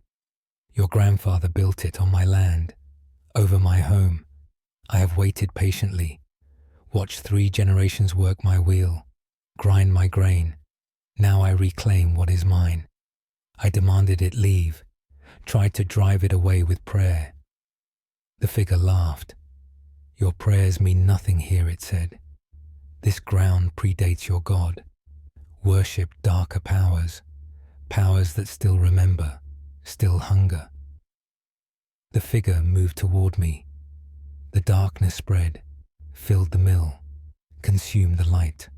I felt cold fingers touch my face, trace my features, as if memorizing them. "At dawn it will be too late," the figure whispered. "By then you will be mine. One with the mill, forever grinding, forever working, forever feeding me." I fled, ran into the night, did not stop until I reached the village. When morning came, men went to investigate. They found the mill empty, running normally, but I know the truth. I will not return. The mill belongs to that thing now. Let it grind alone. Conor McCarthy, Mill Street, County Cork, Ireland. 24th day of November, 1538. Archivist's note, Dr. Nathaniel Ashcroft. The mill operated for another century before burning in 1638. No cause for the fire was determined. Multiple millers reported similar experiences. The entity's claim of prior occupation suggests the mill was built on a significant pre-Christian site, disrupting whatever dwelled there. End of file. Case closed to public record. The original document remains sealed within the vaults of the British Museum. The NOA archive remains committed to documenting phenomena that defy conventional understanding. These cases are submitted for academic review and further investigation. Further access requires written authorization or curiosity strong enough to ignore the warnings. Until next time, these are the National Occult Archives.